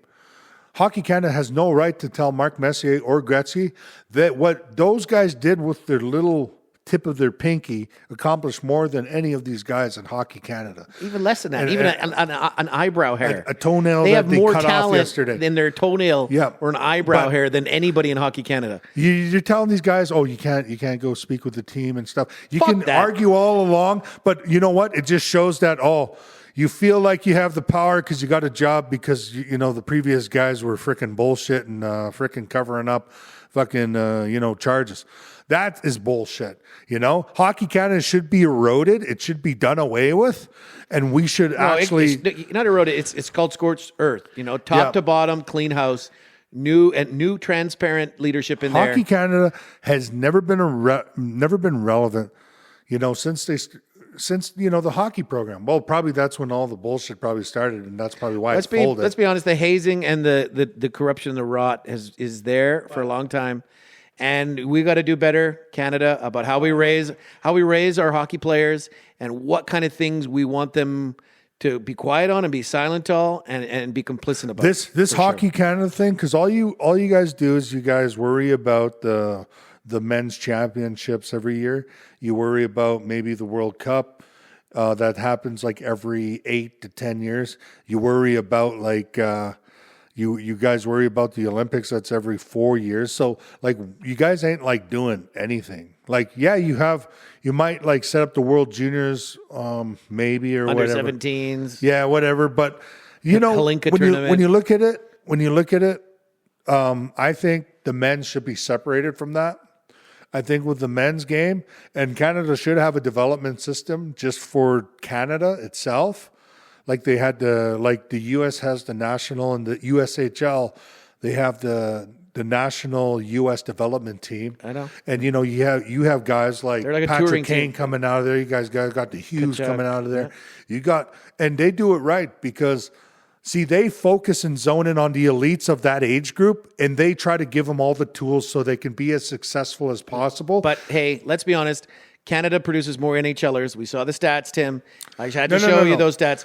We have a good development program. We don't. The CHL is. It's just that there are some problems that we need to fix. It's being taken over by the NCAA, which is American. Hockey Alberta needs some. They need to clean up some of their act too. Yeah, we're showing that American development has surpassed Canada. No way. 100%. Nope. 100%. Everybody that I talk to that develop across Canada in training and hockey development courses and coaching, we're not even close to U.S. We're not, and it's been 2 decades. In hockey, we are. It's been 2 decades. We produce more NHLers. We produce more first overall and first round draft picks. We have more stars. You can't dispute that. I showed you the stats. You've seen it. Despite a 10 times factor less population, we produce that many more quality NHLers. No. Not less population. Doesn't matter. We have 10 times less the population than they do. But U.S. has 10 times less the players playing than in Canada. Well, no. hockey is the number one sport here. Football is the number one sport there. Yeah. But hockey is embraced in their northern climate states, even in California. Only in their northern climate states, but not by everybody. California it is. And now you're seeing even in Arizona, like Austin Matthews, he's from Arizona. Well, You in Texas too. You're seeing kids from Texas. Blake Coleman. It is expanding. No. But No. NFL, you're not getting it. NFL is the number one sport. This is the problem with you NBA guys. is number 2. With this Major argument, League is this number argument, 3. We're number 4. No, Hockey. this argument, like, Hockey is the best game. No. This argument, it doesn't even matter because with Canada, there's so many players that play across. You could frickin' throw everything in a garbage trap like what Hockey Canada did and what they're doing right now with Hockey Alberta and what they're doing, and not focus anything on the development of these kids and only focus on making money off these kids in academies. And then charging up rates up to $30,000 just for 14, 15, 16, 17-year-olds to play at a high level. They have to fork over $30,000, which parents are paying almost like twice a mortgage payment so they can get their kid to the next level. And you look at that, that's an elite group of kids. But when you look at all the rest of the development, it's dog shit compared to that. Because when you look at it, you're bound to have elite players because you're going to have kids that love the game because they grow up in Canada.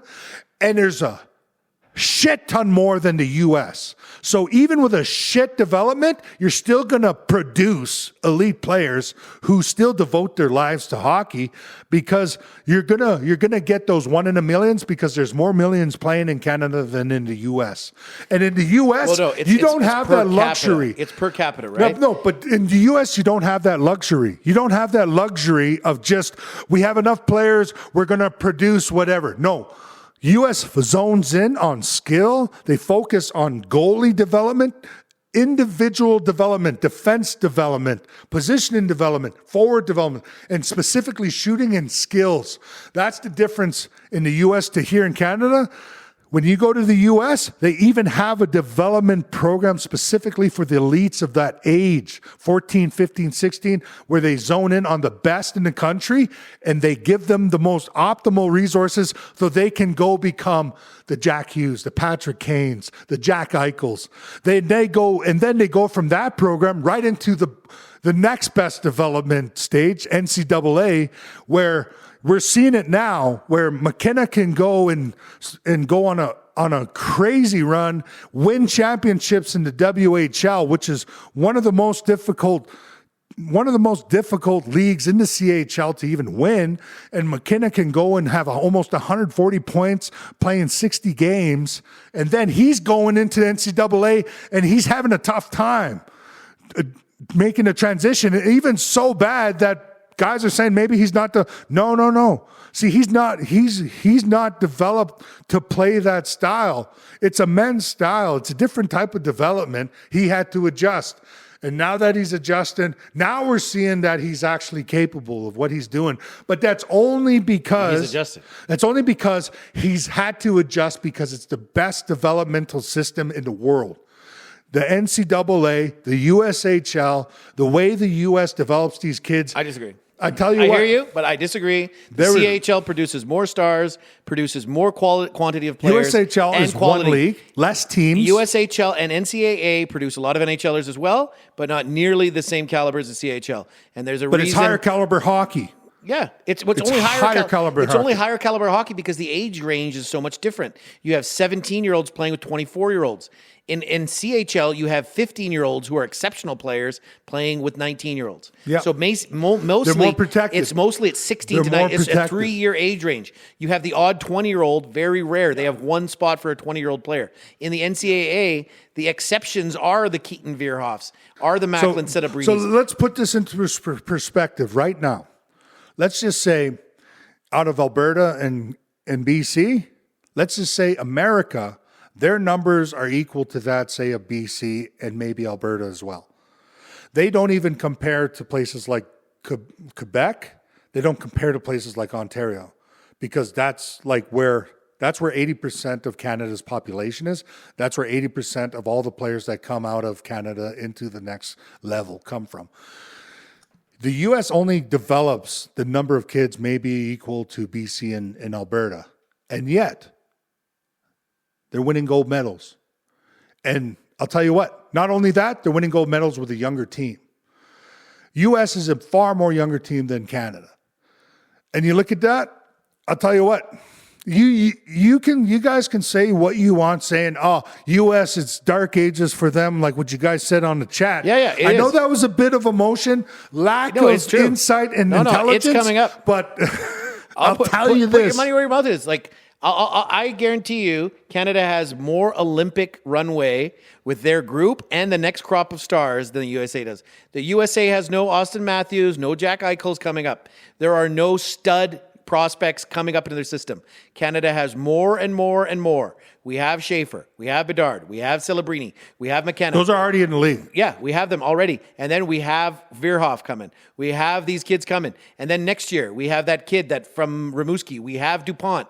We have more coming. We still have Makar. Like, just we because have you're not more. paying attention to American development. No, you're not. You're not. I do. I scout American players. No, you don't, boy. I do. I know who's coming through the system.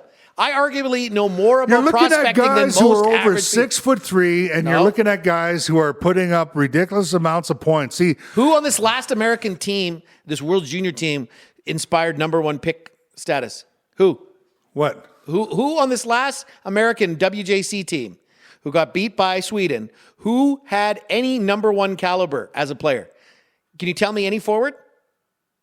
You What's can't. that? There's no forwards on the American team who are going to be vying for a top pick. The only defenseman who's going to be looking like a top pick is Chase Reed. And where does he play? Do you know where he plays?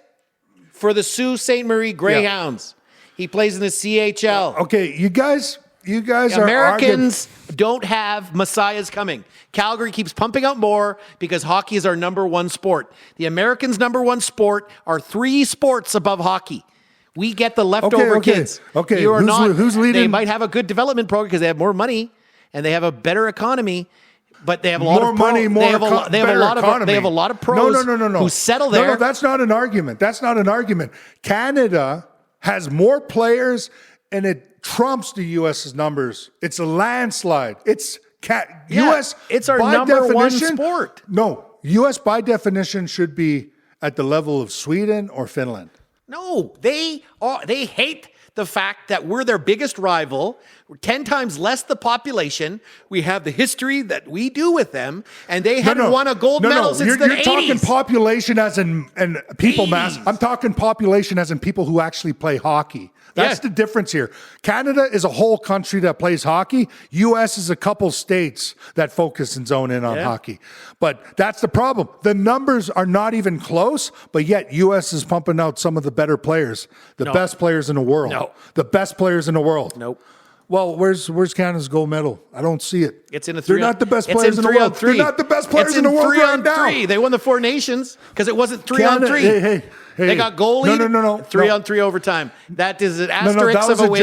That was a job. And they got lucky. They got lucky in that tournament because I can say the same things about the Americans. Was on his head. Binnington was on his head. Against who? The Americans? Yeah. Nobody in that game was. He made 3 decent top-level saves. But 3. You guys are arguing. Connor Hellebuck made numerous. You guys are arguing this. So how many breakaways? How many breakaways? How many slot chances? Let me explain this to you. Hellebuck was the whole team. Let me explain this to you. And one boldy slip through the defense on a shitty defender who had no business being there in Devin Taves. Equivalent, when you look at numbers, strict numbers, the equivalent of U.S. winning gold against Canada and even being competitive year in, year out, the equivalent would be Team Canada beating U.S. at baseball. There is no competition. No. There's no competition. No. It would be like Canada and U.S. in basketball, and we're kind of close. It's just Canada got dummied in the Olympics last year because France wanted France. Let me make this better. The fucking officials wanted France in the gold medal game because they could make more money off it. They fucked us over in that fucking qualification round. And the referees treated Canada very poorly. This is a better analogy, which is more realistic to reality. Baseball, not so much. It's just like USA it is would their be equal. Pastime. USA in hockey, when you look at population-wise and interest, is equivalent to Canada and NFL. So If you had a Canadian team made up of of football players versus U.S. football players, who do you think would there be any competition? Yeah. No way. There's a lot of Canadians in the NFL. Wouldn't even be any close. No, there's a lot of Canadians in the NFL. The only thing the Americans would dominate us at is at the quarterback position. We just wouldn't have any like legit Canadian quarterback who could start in the NFL.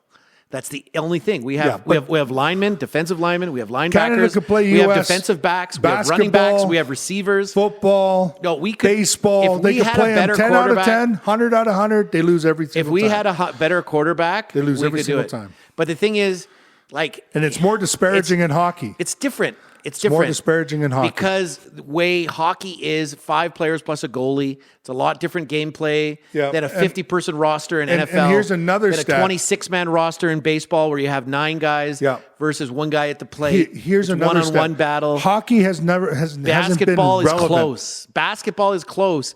But the thing is, we just don't have the population. Okay, you're living nor in we have the dreamland, history. buddy. You're living in dreamland. Hockey isn't even close. And you look at even the 90s. Hockey hasn't been relevant in the U.S. The Americans haven't won a gold medal since the 80s. We're not talking about... They haven't done anything internationally We're talking since the about 80s. now, bro. A 1 in 20 years, 30 years, 40 years. They didn't produce Jeremy 20, Roenick. They 40 didn't years. produce all Where's these his gold great medal? players. Where's his gold medal? Where's Mike McDonald's gold medal? Oh, well, they beat them in the World Cup. Oh, They got the World Cup medal. 1 World Cup. They got the World Cup But that's not medal. what we're talking about. We're not talking about that. And honestly, this Olympic there's another asterisk as well. It's not even best on best. The Russians aren't even in this Well, tournament. the asterisk here is that U.S. relatively should not be there compared to Canada, but they are. And that's only because they have better development. I disagree because you're acting as Better if development. Hockey isn't a sport in the NHL. It might be the And I'll- fourth and I'll most tell you, popular, but there are serious hockey states: Wisconsin, Minnesota, North Dakota, Montana, fucking Washington. Let me even tell you a Northern story. California. Let me tell you a story. New York State, Massachusetts. These fucking people play hockey. Let me they tell you a love story. hockey, man. The guy taught me how when I went to coaching. Those are some pretty big clinic, states. When I went to a coaching clinic, Pennsylvania, back in 2013, Ohio. I went to coaching clinic in 2013 to become Colorado. certified. And this guy, Coach Wilson, he actually coached at a very high level, but he does development and he develops hockey players. He does it here in Canada, he does it in the U.S., and he gets contracted to, and he's also certifies coaches across Canada. And his son played in the KHL. He told me the story once, just back in 2013. Okay, this is his last comment because we've fucking been going forever. Yeah, and this is what he told me in 2013. He said, I go all over the world, and I get paid to train guys in hockey. He goes to the U.S. and trains kids in development. He trains kids in Canada for development. He does the same thing as he does here as he does for the U.S., but he said there's one particular difference between Canadian hockey players in development to U.S. hockey players in development. You can come to Canada, this is the biggest difference he finds, and it's a telling story of how far behind, and we don't even know it. We're reliant so much on the numbers, and we're reliant on the numbers because it's like winning the lottery. We have a better chance of winning the lottery every year than the U.S. We have a 10 times better chance. And that's how it usually goes. But really, in reality, the reason why he says U.S. has already surpassed us, we don't even know it yet. We don't even know it because these kids are coming. And he said it in 2013. He said, I train kids in Canada, this is what they do. We put pucks out there, the kids come out, and they just start wiring pucks off the boards. If there's no nets there, they'll just shoot them off the glass and off the boards. They're wiring pucks everywhere. And it's just like, he said these kids, Canadian kids, that's what we've been doing our whole lives. But when he puts out a set of pucks, he said, anywhere in the U.S., you put out a set of pucks. What do these American kids do? They jump on the ice, they pick up a puck, they start puck handling. They start passing to each other. They start moving the puck. And he said, these kids are so good. He said, compared to the ages, the average, these kids are on a different level. He said, U.S. surpassed us, and we don't even know it because Canada is so all about like making money off of volunteers. Development kind of went straight out the window. And this is the telling tale. All the developments go into the rich kids who can afford the academy, who could afford the 15, 10,000 to start from AA to AAA, because that's how much it costs. 14, 12-year-olds, You're spending 7,000-8,000 grand. And then you're getting higher, you're going up to 30, maybe even 40 grand under these academies. And these are the kids that become the McKinnons, the McDavids, all these kids. And he said, this is a huge problem because guess what? We're going to start producing less kids because U.S. is like, their whole system is organized specifically to make these kids great. And that's why they pump out, they always pump out players. Sure. They have the Sandersons, okay? And they have the less numbers. Less numbers. Significantly by less. GDP. Significantly less. By per cap. We're not talking By per American. cap. We're talking about strictly kids who play hockey at a certain level. By per capita, they do. Yeah. But they still produce a lot of hockey players in those states that are hockey states. Okay. Their development may be more, it's more suited and it's more advanced to include kids who aren't necessarily the rich and wealthy kids who are going to be able to afford the academies here. But the fact is, hockey is the number one sport here.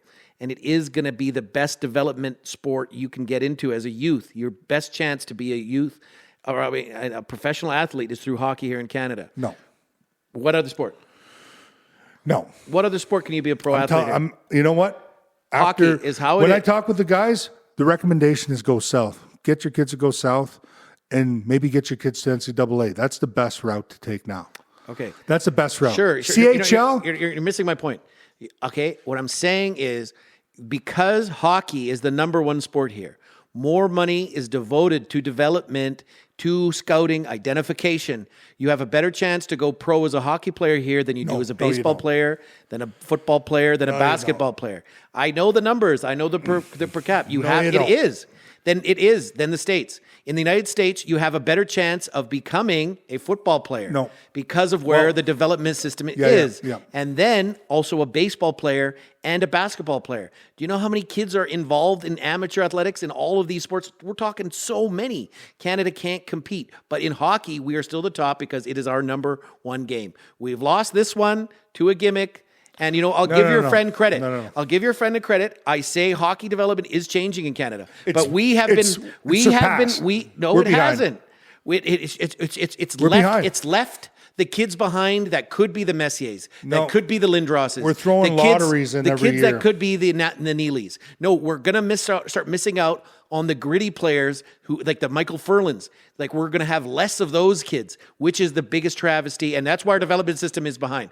And we're still going to be going forward. The next Olympics, Canada has a better shot. Look at the Celebrinis. Look at the Bedards. We have a better. Yeah, they were part of that elite program. They were both part of that elite program in Vancouver, that North Vancouver program. McKenna was too. So all three of those kids are number one overall picks. But get this. Their parents didn't allow them to go more than 2 weeks without touching ice. Their parents built them ice arenas, got them the actual fitness guys, and basically focused on just developing them to make the NHL from a very young age. When they showed they had some skill, these parents forked over ridiculous amounts of money, which majority of parents can't do. And you look at it, you know what? That number is slimming down compared to U.S. because the U.S. has a better development system. Sure, but the U.S. isn't producing. And I disagree with you. I disagree with you that you have a likely stars. It's not producing McKinnons. Yeah. It's not producing McDavids. It's not producing Bedards. It's not producing Celebrinis. It's not producing Schaefers. They have Matthews. They have Werenskis. They got Eichels. 8th overall pick. They're equal or better. No. Well, right now they're better. No. But they're equal. Right now they're better. They're better. They're better on a gold because a technicality. No. Gold. They're a goal winning team. Yeah, they're goalie and 3-on-3 overtime won them a gold. Because Florida's good on a technicality. Because the Olympics Florida's the Stanley Cup winners. The Olympics didn't want to compromise their They're closing ceremonies by 20 minutes. Yeah, and you're a little biased because Canada lost, so you're going to nitpick. I watched the game. I watched the tournament. Canada was the better team. But I'll agree with you this. Hockey is becoming a rich kid sport. They're the sloppier and team. they're becoming a rich kid sport, and we are in danger of seeing the game Canadian change. players are becoming a rich kid sport. Yeah, and I don't like it. Yeah. And we're losing out on a kid like you. Imagine a kid like exploiting you. the development system. Look at all the kids on reserve. These kids play fast, tough. These kids are good enough to be rodeo if our stars. development These system- guys should be playing fucking big time hockey. Listen to this. If our development system is even equal to the U.S., 29 of every first round draft picks would be Canadian. But that's not the case. That's not the case. But you can't when there's this Sweden much money. surpassing us. Listen, Finland surpassing us. They aren't. Switzerland They surpassing aren't. us. Germany, for God's sakes, is surpassing us. They aren't. They shouldn't even have a team that qualifies. They're surpassing us. No way. They're having players No that are way. better. Like the second best player in the league, like probably the best player is Draisaitl. It's not even a Canadian player. But what did he do The in his best team? scorer of all time is not even Canadian. What It's happened to freaking Germany? Alex Germany is Ovechkin. terrible. Alex Ovechkin, He's a very good scorer, power forward, yes. the best scorer of all time. All time, yes. All time, yes. But still, we don't, and that's another part of the asterisk. Yeah. 3-on-3 hockey. And look at this. And no Russians. Canada, by the metrics you guys argue, if Canada's best development, Canada's best in the U.S. or whatever, then Canada should have beat U.S. 10-1. They didn't. We were pretty close. They barely made it to the finals. Their goalie was fucking pretty They good. almost got put up by Czechia, which is embarrassing. Because Czechia was allowed 6 guys on the ice for that goal. 6 guys on the ice. Okay, asterisks. But Anyways, asterisks for the win. I agree with you to a point. No, I think Canada you're is delusional. better poised. Sure, but the proof is in the pudding. We'll see who wins more golds going forward. I'll keep my eyes open for American kids who can even come If you want close. to be alive for the next 20 years, Canada's not going to win gold. Oh yeah, lots. We have way more in our favor than no. If the they US allow does. Russia back in here, it's going to be between Finland, U.S., Sweden, Finland and can't Russia. do it. Finland doesn't have the population. And Canada's the older team, so all their guys are aging out. So No, only a few of us are. yeah, they are. But Canada proved that they can't even pick a proper team. They're gonna pick duds. They don't know how to pick teams, bro. Like how bad they are in development, they're just as bad as picking their teams. It's horrible. So this is why we had to have this podcast before the trade deadline, because this is a meaty one. We had a lot to discuss. We didn't even talk Thank you about for the listening. trades. We did talk about them a little bit. It was a big meaty discussion. Canada's second best. Right now. Kudos to the Americans for showing Americans Johnny are Gaudreau best. and his family some love, and shame on the Americans for allowing their president to disrespect and disparage the women's gold medal winning team. Shout out to all the participants of all the hockey. I love hockey. I want to see more nations challenge Canada and U.S. at the top. We need more diversity of competition. I know it's a northern hemispheric game, but I'd like to see more Switzerland's come in. I'd like to see Germany round out, become better. They're missing out. Germany may never have a medal for one of the greatest players in their history. That is tragic. I hope not, because then Canada won't even be in the picture. I don't care. It's only The if next it comes, best player if is we from get- Switzerland. If we get, you think so? I'm happy to draft that kid. No, he's going to be better than We'll he's going to see. be better than any We'll Canadian see. first Honestly, rounder in I the next do like 5 him. years. He moves pretty good. In the next 5 years, there is no generational Canadian player coming out other than McKenna. Dupont? After McKenna, Dupont is a maybe. Maddox, did you hear He's about a that kid? small defenseman. You heard about that latest kid who just got exceptional status in the dub? He's playing in the Red Deer system. There are lots coming. What are you talking about? Madden Deneau? No, Maddox something. Madden Deneau. No, there's another one. Maddox Schultz? No, not that guy. He was from Saskatchewan. Pew is showing that he's better than Maddox Schultz. But Maddox Schultz isn't the one. But I'm saying there's just But going to be Madden more Deneau. and more You're talking coming. about Madden Deneau. He was born in Red Deer. He plays AAA. He scored 140 points in 30 games. He's a good player, I'll tell you that. But I'll tell you what, you have to prove it at the next level, and he's probably feasting. It's true, but it's true. We'll see, honestly. But my money is on Canada pumping out more high-end stars than the United States, and Canada is probably better. Well, positioned it's to like win. winning the lottery. We just Canada, but you know Canada has more lottery tickets than the United States, but the When it U.S. comes to hockey. somehow the U.S. is still there, bro. what? Yeah, and they're still there, and they're top right now. So congratulations to them, all their families, for all their sacrifice and hard work. And I love my brothers and sisters from beneath the 49th parallel. I believe lines are usually things you just are made up to keep people divided. We're all brothers and sisters, but we're not the ones stealing from each other and poisoning the world.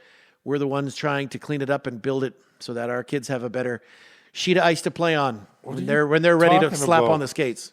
So my kudos What to them. country are you talking about? I'm talking about the world. We're all brothers and sisters. I don't let nationalism divide us. I'm not like, oh, good, fuck the Americans because we lost. No, I'm a Blackfoot. I'm either neutral about Americans or Canada. I cheer for I cheer for U.S. because U.S. recognizes us as a sovereign nation. Canada doesn't. Canada still thinks we're dogs. So yeah, Canada needs some work. Canada has some work to do there, and it's because it's legalities to real estate. They don't want to get stuck. But these chickens are coming home to roost, especially on the West Coast with what's happening in BC. But that's talk for another day. Well, the biggest battle is fentanyl. Mm-hmm. And I have a wicked thing to talk about that. I found this discovery. If anybody's listening, go to truehope.com. This nutritional formula was discovered here in Alberta, and it can really help with severe depression, bipolar disorders, and nutrition over SSRIs. Okay? One love. Gitsugako mimics. Okay, everybody? Love you all. Thank you for listening. Tim, send us home. USA, baby. All the way. Until the next time.